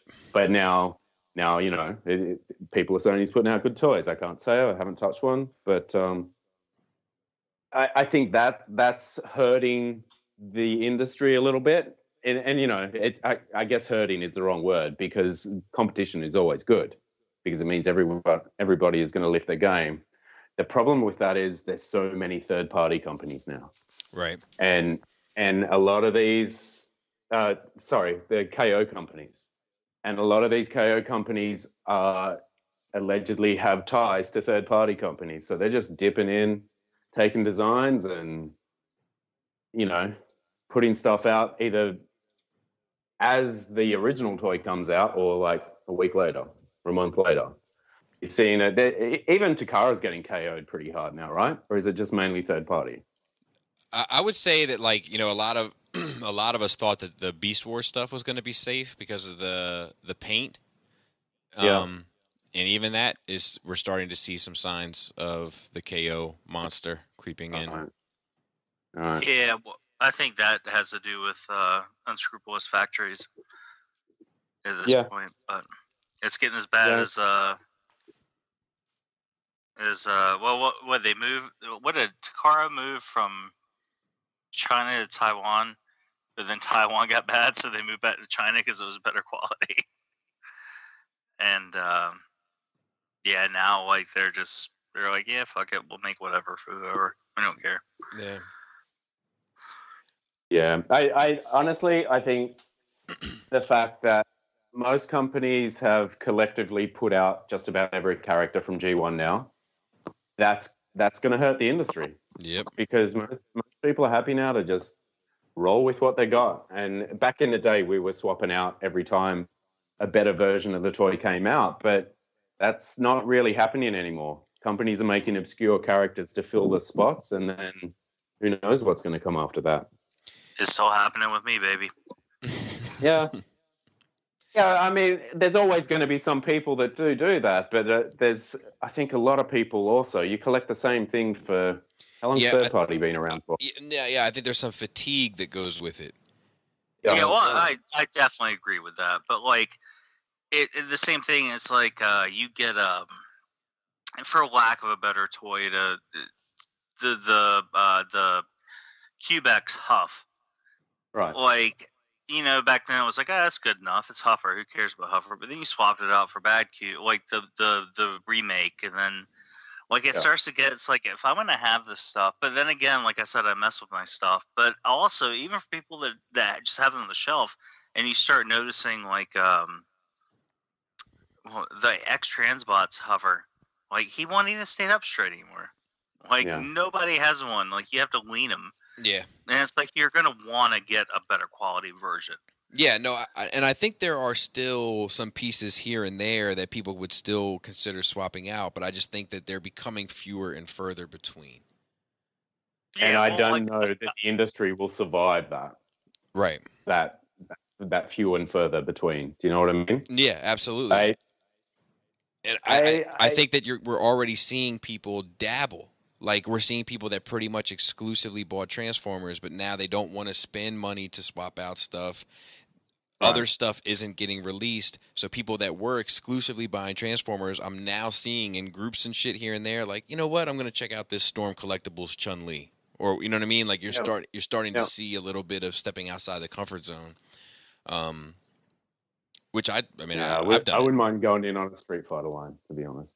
Yeah. I almost went in on the SH Figure Art stuff, but then some of it was based on Street Fighter 5, and then they were showing stuff that was based on like Street Fighter 2, and I just went, I'm not going to fall into that mess then. If they can't even keep it consistent within the same company, then I'm out. I don't know enough about that franchise, so like to me it's just like that's good enough. Like I'm not sure if being able to do it all over again, I'm not sure if I would have gone SH Figure Arts over Storm Collectibles. But like I feel like with this Blanca, like I'm a little bit more relieved because I thought it was over. I thought they were gonna fucking, and I was a little excited. Does look good. Yeah, it looks good. But this Storm Collectibles Zangief is like, yeah, it looks great. It looks fucking perfect. What were we saying, Greg? Yeah. I was going to see if you wanted to buy my Player 2 Storm Collectibles Ryu because I kind of want to go with this SH figures. No, if I was, I would go Player 1. Except for that Chun-Li, that different Deco Chun-Li looks fucking amazing. the different With the outfit. big old hips. Yeah. See, my thing with that stuff is it's not like I'm branching out because I don't have any Transformers to buy. It's just because like a quality company is making shit that I'm also interested in. Yeah, but you've And it's also like that you've with- always been a little bit more open-minded though. Well, yeah, like when Hasbro started doing Star Wars, I didn't jump into it because they didn't look great. Like the blue box stuff did not look Right. that great. And then they started getting better, and then Figure Arts started putting out a product that was kind of like you kind of mix and match. Yeah. And I was like, all right, well, I could kind of build something out of this. And it's the same thing with the horror stuff. Like with NECA, like my Toys R Us never got any. And so like when I got that Part 6 Jason, like I that's the one I wanted. Excuse me. But I wasn't going to pay $70 for it or $80 or whatever it was on eBay. But now that I can get them retail again, like, yeah, I'll pay $26.99 for a fucking 7-inch scaled horror figure. Like, I grew up on those movies. Like, Right. you know, I love that shit. Because back, like, before, like, the stuff that my Toys R Us got were the dolls. Like, the legitimate dolls. Like, the cloth, like, stuffed hard plastic hand, head, feet dolls that NECA put out. Like I don't know what they called them, but that's why I'm going all in on them now because now I can get the ones I want. And the same thing with Star Wars. Now I can get the Star Wars figures I want, and they look good. I can mix and match between the different lines. But I still buy Transformers. But now that I'm kind of like focusing on like a specific aesthetic and of size class for the most part.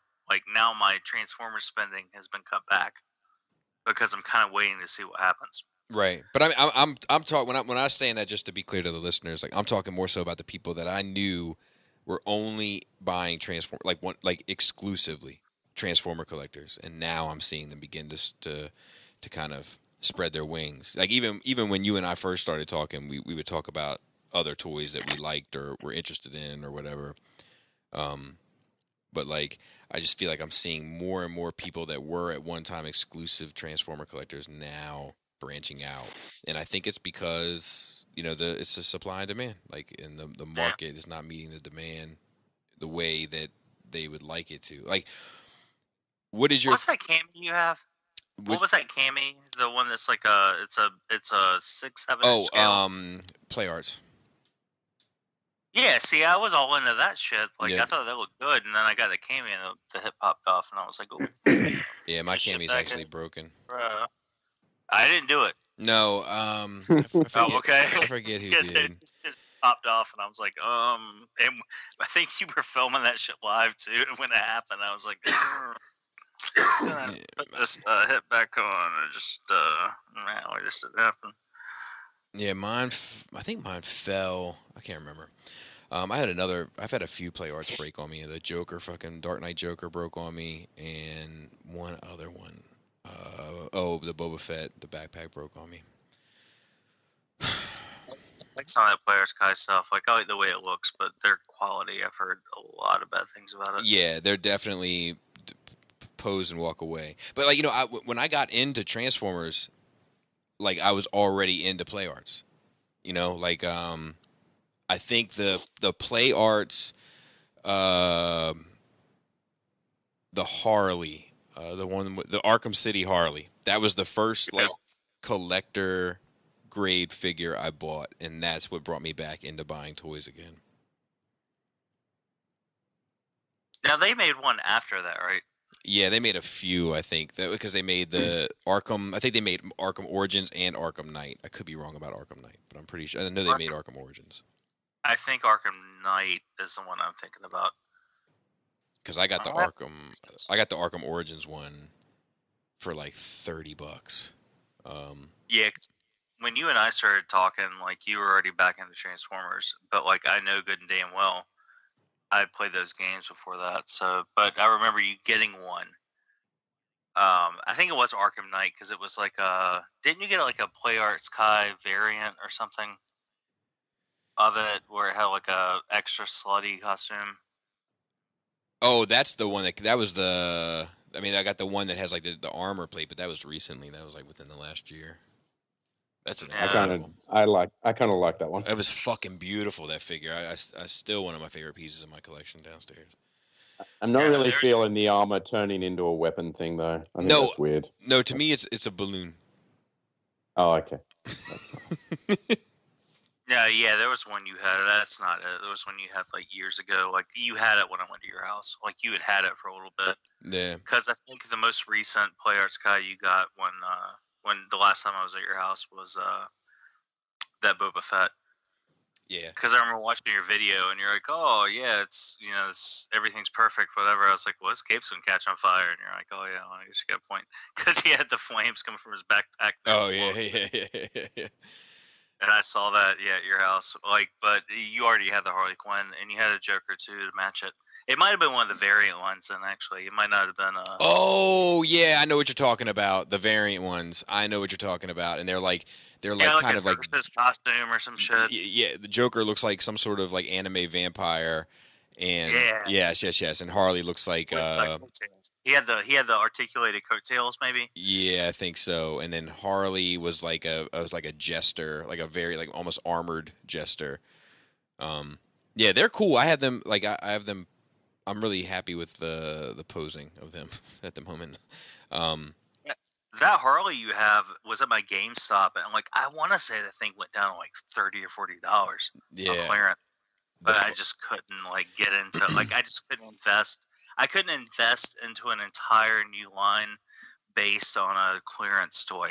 You know what I mean? Like, oh yeah, like I had the first it's free, and then after that, like you're paying full price. Exactly. Like, I had all of them when they first came out. I was only interested in the Wonder Woman. The first three were like Wonder Woman, Superman, and it was Wonder Woman, Superman, Batman, and Green Lantern. Those were like the first ones that came out, and I passed on the Green Lantern. And I passed on the Superman, and I got the Wonder Woman and the Batman. But then, no, I skipped the Batman too because it was like a samurai. I didn't like it. I got the armored one much later on. But then, by the time I was done, I had all of them but Superman and Green Lantern because it was like the first two I passed on. And I ended up getting Superman from Chevy 4x4, and then I got Green Lantern from Jose. He was selling it at NYCC, and I think we just traded. I gave him a Springer, I think. A Toy World Springer, Robert's Toy World Springer. I gave him that, and he gave me the Green Lantern, and that's how I got that. Now I have one character of that whole set across the top shelves. Now I got to get those Marvel ones right. You said that was Samurai Batman, right? Yeah. It wasn't specifically called Samurai Batman. Like I think there was another Samurai Batman that came out. It just looked very samurai-esque. Didn't Kotobukiya make a Samurai Batman statue? Probably. Because I think my Barnes & Noble had one on display. And I don't think they carry a Play Arts Kai. I think they just carry Figure Arts and Kotobukiya. There are certain figures, like characters, that like I have a hard time just saying no to. Like I haven't watched that anime Batman movie that came out like a month ago. Everybody says it's trash. I haven't watched it, but like Figma released like pictures of a Catwoman they're doing from that line, and like I just love Catwoman so much. I was like, I want to buy this. Like it took every ounce of integrity I had to like not click pre-order. Like I wanted it. I wanted another Catwoman. Dude, their fucking Shogun houses turn into robots. Like it's just, I've not met one person trash. who said it was good. You know what I mean? So I know it's bad, but like I'm just talking about the strength of a character. Like I want that fucking Catwoman so bad, but I know it's the wrong choice.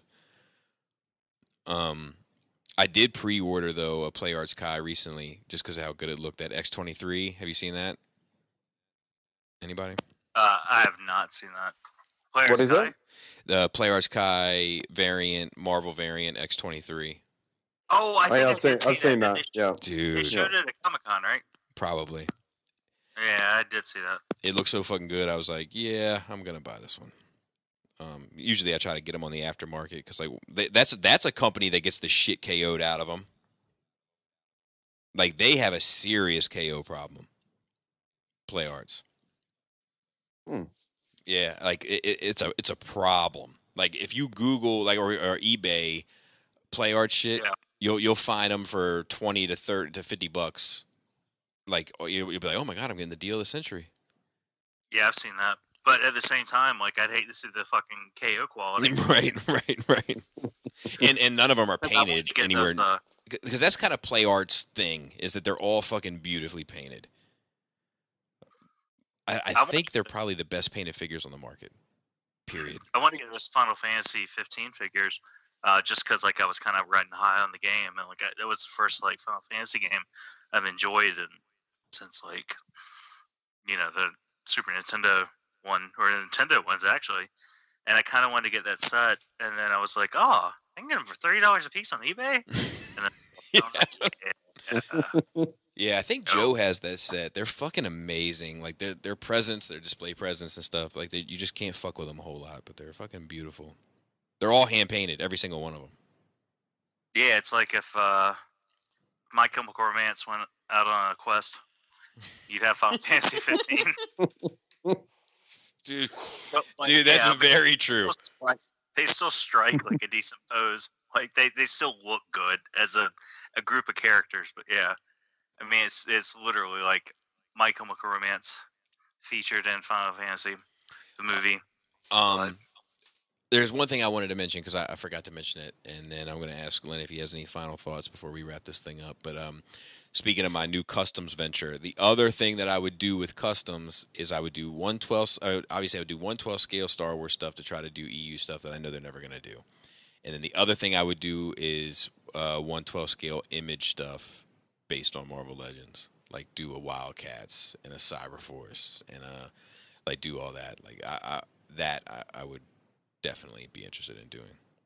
I would get behind Wildcats just to see your Richter. That's Wildcats, right? Richter. No, that's X-Force. No, Richter with the sheet of the washcloth on his face. Wasn't that Wildcats? Grifter. Oh, Grifter. Yeah, that was the remember the famous story of the guy I used to work with. His name was Mike Brooks, and he always wanted people to call him Grifter, but no one ever did. And right before he was getting ready to leave to go home from work one day, he like put on this leather jacket, and on the back of the leather jacket had airbrushed on the back Grifter like across the shoulder blades. And I was like, sweet jacket, dude, like fucking with him. And like while his back was turned to me, he just cocked his head so that he could kind of see like one eye, like a 45-degree angle. And he just said, "You've heard the name." And then he like threw his thumb over his shoulder and pointed to like the spray paint on the back of his jacket and said, "Now meet the man." Yeah, wasn't Grifter like their version of Rorschach? Which was like a version of the Question, which was a version of like some 30s era. Yeah, he's just like all of those characters, like from the before like real writers came in and kind of got a hold of them. Like Alan Moore came in and got a hold of Wildcats and like fixed it forever. But like all those characters from all those Image books initially, with the exception maybe of Spawn, were just kind of bootlegs of other characters. But like Grifter was like a mix of Rorschach and Gambit. And like just your general like bad boy of the team. Spartan was your fucking Cyclops. It was just they were all. Zealot was Psylocke. Voodoo was Rogue. Like I mean, legit. Like my only real experience with Wildcats was that cartoon. Oh, dude! Like I never really read the comics. That song was so bad. Do you remember it? It was like dan dan Wildcats, dan dan Wildcats. They got invisible powers. I'm gonna pull it up real quick. Invisible powers is trash. Well, see what sucked for Wildcats. KO Marvel characters anyway. The whole they were until some of them got like real writer like I said, like Alan Moore with Wildcats. There was a few doing the art on that then. Was Travis Charest. Oh my god, dude! That was his best one. Dude, he is fucking amazing. But here.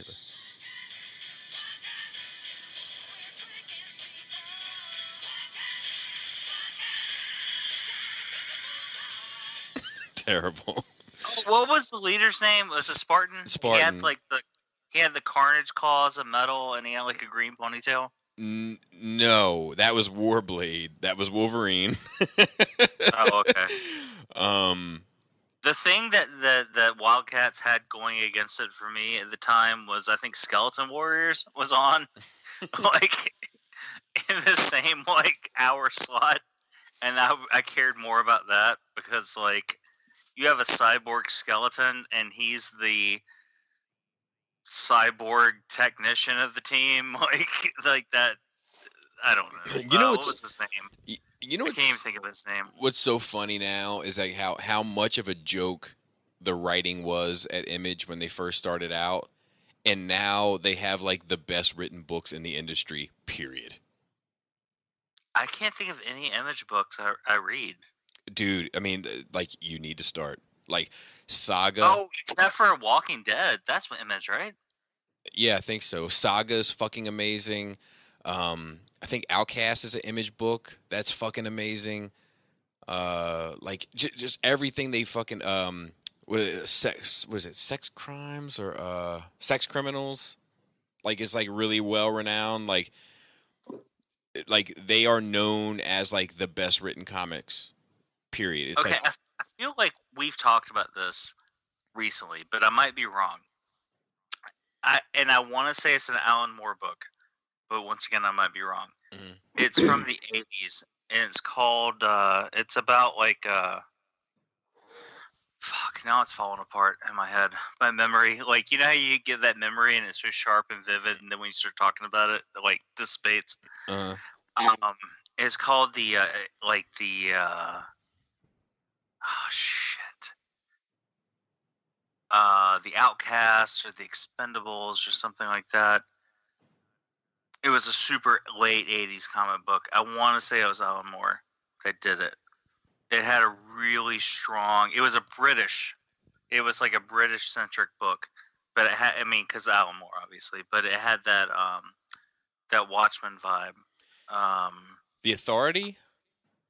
No, it wasn't the Authority. It was, fuck. It was like kind of like this punk post-apocalyptic, but not really, kind of still set in modern day. I'm not sure. Hold on, let me see if I can pull it up real quick. If I can pull it up in like the next 45 seconds, then all right, I will. Why you do that? You're not talking about Hellblade, right? Yeah, I'm talking about Hellboy. No, Hellblazer. It was like pretty centric. It's not that. No. Okay. Did Alan Moore do Hellblazer? I can't. I think he did.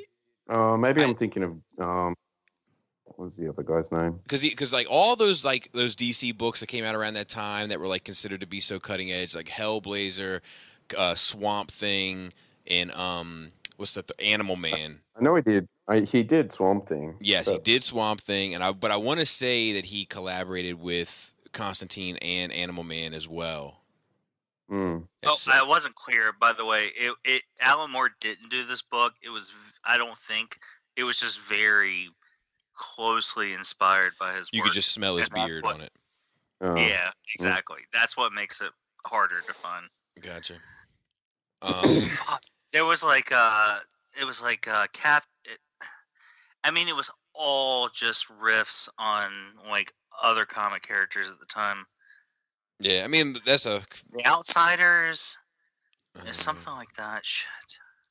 I just remember I had this. Okay, so I lived in a studio apartment, like a house. It was like all studio apartments at the time, briefly for like 6 months. And the kid across this is years and years and years ago. Like I think I was 21, 22 maybe. Long time and ago. This kid, a long time ago. And this guy, like we were talking outside, like we were smoking cigarettes on the stoop, and he found out like I was into comics. And one day he just slipped these graphic novels under my door with a note, like a post-it note.